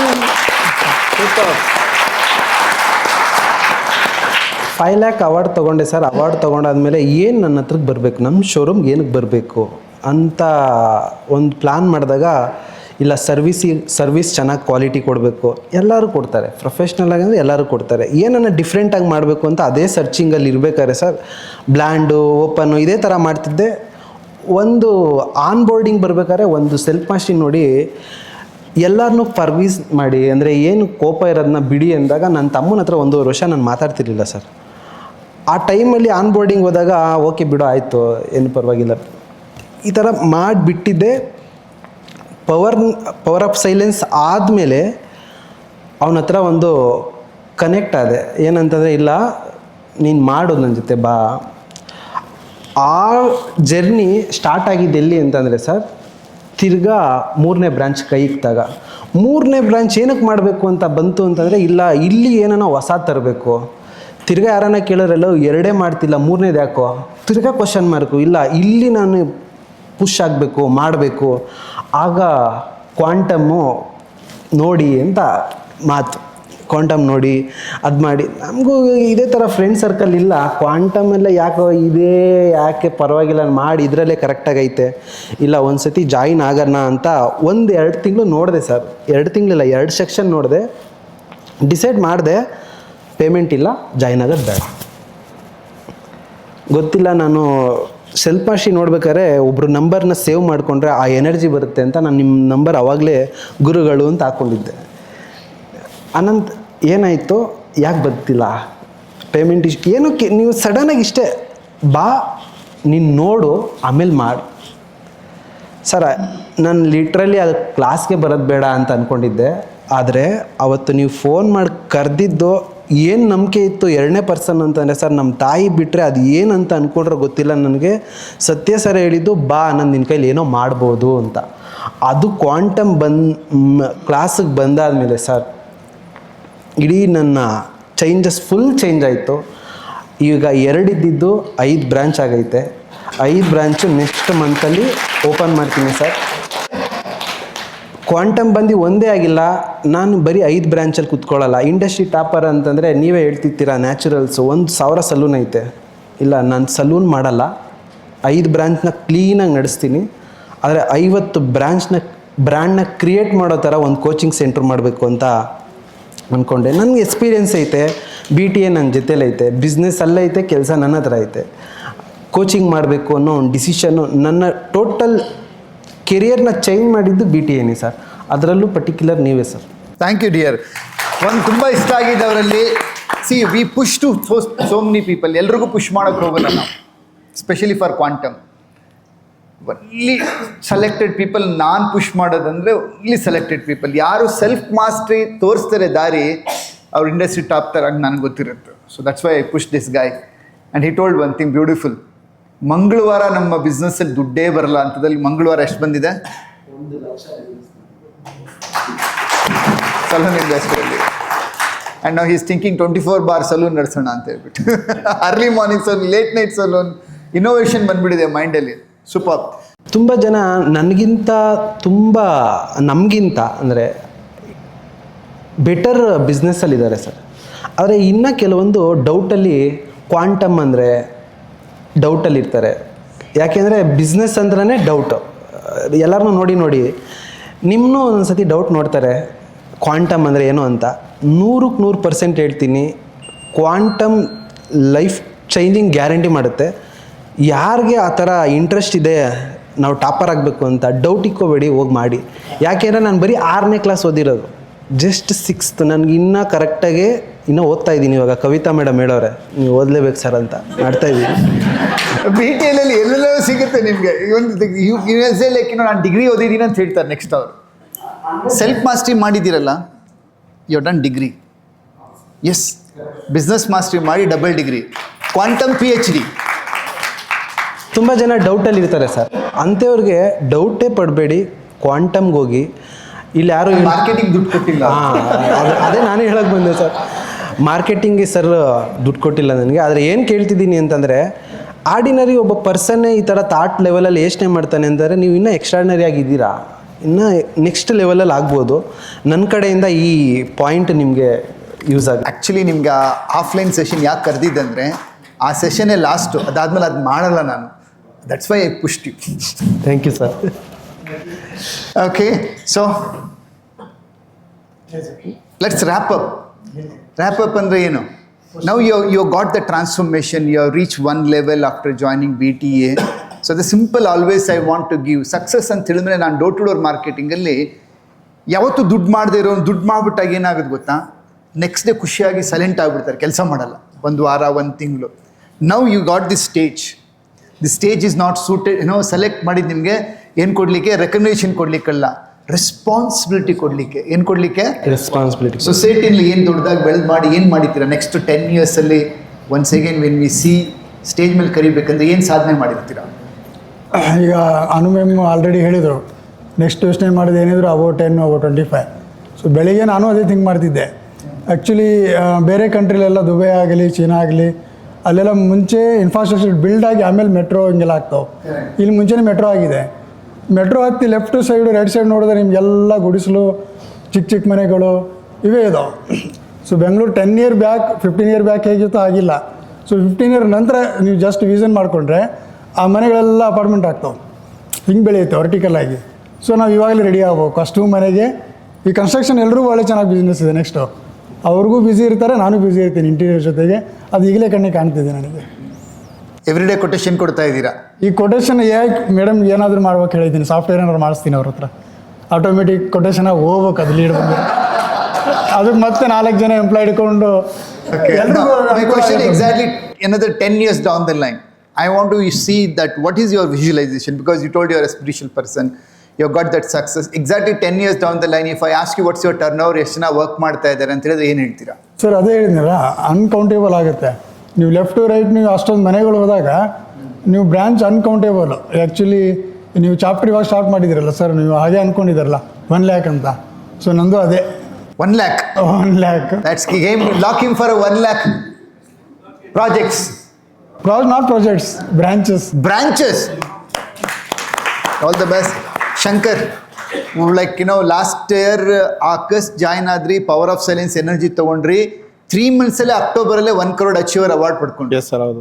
that's fastest 1 crore achiever award, because ನಿಮ್ದು ವಾಲ್ಯೂಮ್ ಇದೆ, ಡಿಸ್ಟ್ರಿಬ್ಯೂಷನ್ ಕೂಡ ಇದ್ರಿ, ಸ್ಮಾರ್ಟ್ ಆಗಿ ಬೆಳೆದ್ರಿ. So from here where you like to see your self in 10 years down the line? Sir last 10 yearsಗೆ ನನಗೆ ಬೆಂಗಳೂರಲ್ಲಿ ಒಂದು 4 branch, east west north south ಅಂತೇಳಿ ಒಂದು 4 ಬ್ರಾಂಚು, ಸೆಂಟ್ರಲ್ 1 ಬ್ರಾಂಚ್, 5 ಬ್ರಾಂಚ್ ಮಾಡಬೇಕು ಅಂತಿದೆ. ನನ್ನ ಟರ್ನ್ ಗ್ರೇಟರ್ ಬ್ಯಾಂಗ್ಳೂರ್ ಮಾಡಿ. Yes sir, greater Bengaluru. Next ನನ್ನ 10 yearsಲ್ಲಿ ನನ್ನ ಟರ್ನ್ ಓವರ್ ಬಂದು ಮಿನಿಮಮ್ 100 CR ಇರಬೇಕು. ನನ್ನ ವರ್ತ್, ನನ್ನ ಅಸೆಟ್ ಬಂದು 50 CR ಇರಬೇಕು. Super, all the best year. ಇದು ಎನಿಥಿಂಗ್ ಎಲ್ಸ್? ಇದು ನನ್ನ ಇದು ಸರ್. ನಾನು ಒಂದು ಕಮರ್ಷಿಯಲ್ ಮನೆ ತೊಗೋಬೇಕು ಅಂತ ಇದೆ. ಕಮರ್ಷಿಯಲ್ಗೆ ಒಂದು ನಮ್ಮದೇ ಓನಾಗಿ ಮಾಡಬೇಕು ಅಂತ ಇದೆ, ಅದೊಂದು ನನ್ನ ಗೋಲ್ ಇದೆ. ಅದೊಂದು ಖಂಡಿತ ಮಾಡ್ತೀನಿ ಸರ್. ಮತ್ತು ಇನ್ನೊಂದು ಏನಪ್ಪ ಅಂದರೆ, ಪ್ರತಿ ಸಲ ನನಗೆ BTX ಸೇರಿದ್ಮೇಲೆ ನನ್ನ ಮೈಂಡ್ ಸೆಟ್ಟಲ್ಲಿ ರಾತ್ರಿ ಎಲ್ಲ ಕನಸಲ್ಲಿ ಬರುತ್ತೆ. ಸರ್ ಹೇಳೋದು ಟೈಕಾನ್ ಮೈಂಡ್ ಸೆಟ್ಟಲ್ಲಿ ಹೇಳ್ತಾರೆ, ಅವೇರ್ನೆಸ್, ಫೋಕಸ್, ಎಬಿಲಿಟಿ. ಇದನ್ನು ಮಾತ್ರ ನಾವು ಎಲ್ಲೇ ಹೋದ್ರೂ ಕೂಡ ಅದು ಮೈಂಡಲ್ಲಿ ಬಂದೇ ಬರುತ್ತೆ ಸರ್. ನಾನು ರಾತ್ರಿ ಮಲಗಿದ್ರು ಕೂಡ ಬರುತ್ತೆ. ಟೆಸ್ಟ್ ಮಾಡ್ತೀನಿ Yes. ಈ ವರ್ಡ್ ನಾನು ಯಾವಾಗ ಬಳಸ್ತೀನಿ ಪ್ರತಿ ಸತಿ? Awareness, focus, ability. ನೆಕ್ಸ್ಟ್ ಹಾಂ, ಗುಡ್. ಟೈಕೂನ್ ಕ್ಲಾಸ್ ಅಟೆಂಡ್ ಮಾಡ್ತಾ ಇದ್ದೀರಾ. Good job. S dear. Sir ನಾನು 10 ಇಯರ್ಗೆ ತೊಗೊಂಡಿಲ್ಲ ಸರ್, 1 ಇಯರ್ಗೆ ತೊಗೊಂಡಿದ್ದೀನಿ. 1 ಇಯರ್ಗೆ ನಾನು ಇವಾಗ ಏನು ಅಕಾಡೆಮಿಯನ್ನು ಸ್ಟಾರ್ಟ್ ಮಾಡ್ತಾ ಇದ್ದೀನಿ, ಆ ಸ್ಟಾರ್ಟಿಂಗ್ ಅಕಾಡೆಮಿಲಿ 500 ಜನ ಸ್ಟೂಡೆಂಟ್ಗೆ ನಂತರದವರು ತುಂಬ ಜನ ಅನ್ಎಜುಕೇಟೆಡ್ ಥರನೇ ಇರೋ ಅಂಥವ್ರು ತುಂಬ ಜನ ಕೆಲಸ ಮಾಡ್ತಾವ್ರೆ. ಅವ್ರು ಕನೆಕ್ಟ್ ಆಗಬೇಕು, ಪ್ರೊಫೆಷ್ನಲಾಗಿ ಕೆಲಸ ಕಲಿಸ್ಬೇಕು. ಅವರೇ ಬಿಸ್ನೆಸ್ ಮಾಡ್ತೀನಿ, ನಮ್ಮ ಬಿಸ್ನೆಸ್ಸಲ್ಲಿ ಯಾವ ಥರ ಇದೆ ಅಂತಂದರೆ ಸರ್, ಒಳ್ಳೆ ರಿಚ್ ಆಗಿರೋವಂಥವ್ರು ಇನ್ವೆಸ್ಟ್ಮೆಂಟಲ್ಲಿ ಸಿಕ್ಬಿಡ್ತಾರೆ. ಬಿಸ್ನೆಸ್ ಮಾಡೋದು ಗೊತ್ತಿಲ್ಲ. ನನ್ನ ಜೊತೆ BTA ಐತೆ, ಬರ್ರಪ್ಪ ಇದೇ ಐತೆ ಕೆಲಸ, ನಾನು ಕಲಿಸ್ತೀನಿ, ಇನ್ವೆಸ್ಟ್ ಮಾಡ್ಕೊಂಡು ಮಾಡಿ ಅಂತ ಒಂದು ಬ್ರ್ಯಾಂಡ್ನ ಕ್ರಿಯೇಟ್ ಮಾಡುವಂಥ ಒಂದು ಕಾನ್ಸೆಪ್ಟ್ ತಂದಿದ್ದೀನಿ ಸರ್. ಅದರಲ್ಲಿ A to Z ಅಂತ ಒಂದು ಕಾನ್ಸೆಪ್ಟ್ ಇಟ್ಕೊಂಡಿದ್ದೀನಿ. ಎಲ್ಲ ಇಂಟೀರಿಯಲ್ಲು ಫುಲ್ ಎಲ್ಲ ಸೆಟಪ್ ನಾವೇ ಮಾಡಿಕೊಡೋದು, ಬಿಸ್ನೆಸ್ಸು ನಾವೇ ಮಾಡಿಕೊಡೋದು, ಆ ಥರ ಒಂದು ಕಾನ್ಸೆಪ್ಟ್ ಇಟ್ಕೊಂಡಿದ್ದೀನಿ ಸರ್. 50 ಬ್ರ್ಯಾಂಡ್ ಕ್ರಿಯೇಟ್ ಮಾಡಬೇಕು. ಆಲ್ಮೋಸ್ಟ್ ನೆಕ್ಸ್ಟ್ ಇಯರ್ ಒಳಗಡೆ ಆಗುತ್ತೆ, ಮಾಡೇ ಮಾಡ್ತೀನಿ. ಆವಾಗ ನಾನು ಇಂಡಸ್ಟ್ರಿ ಟಾಪರ್ ಆಗ್ಬೋದೇ ಹೊರತು ನಾನು 100 ಬ್ರಾಂಚ್ ಮಾಡೋದು ಆಗಲ್ಲ ಅನ್ನೋದು ನನಗೆ ಗೊತ್ತು. ಅದಕ್ಕೆ ನನ್ನ ಗೋಲ್ ಅದು sir. So something very innovative are going to come out. Wish all the best. Thank you so much. Sir ಇನ್ನೊಂದು ಸೊ 25 ವಿಷನ್ ನೋಡೋ ಜೊತೆಗೆ 25 ನಾವು ಇರ್ತೀವ ನೋಡ್ಕೊಳ್ಳಿ. ನಾವು 25 ಆರೋಗ್ಯವಾಗಿರೋದು first priority. All the best.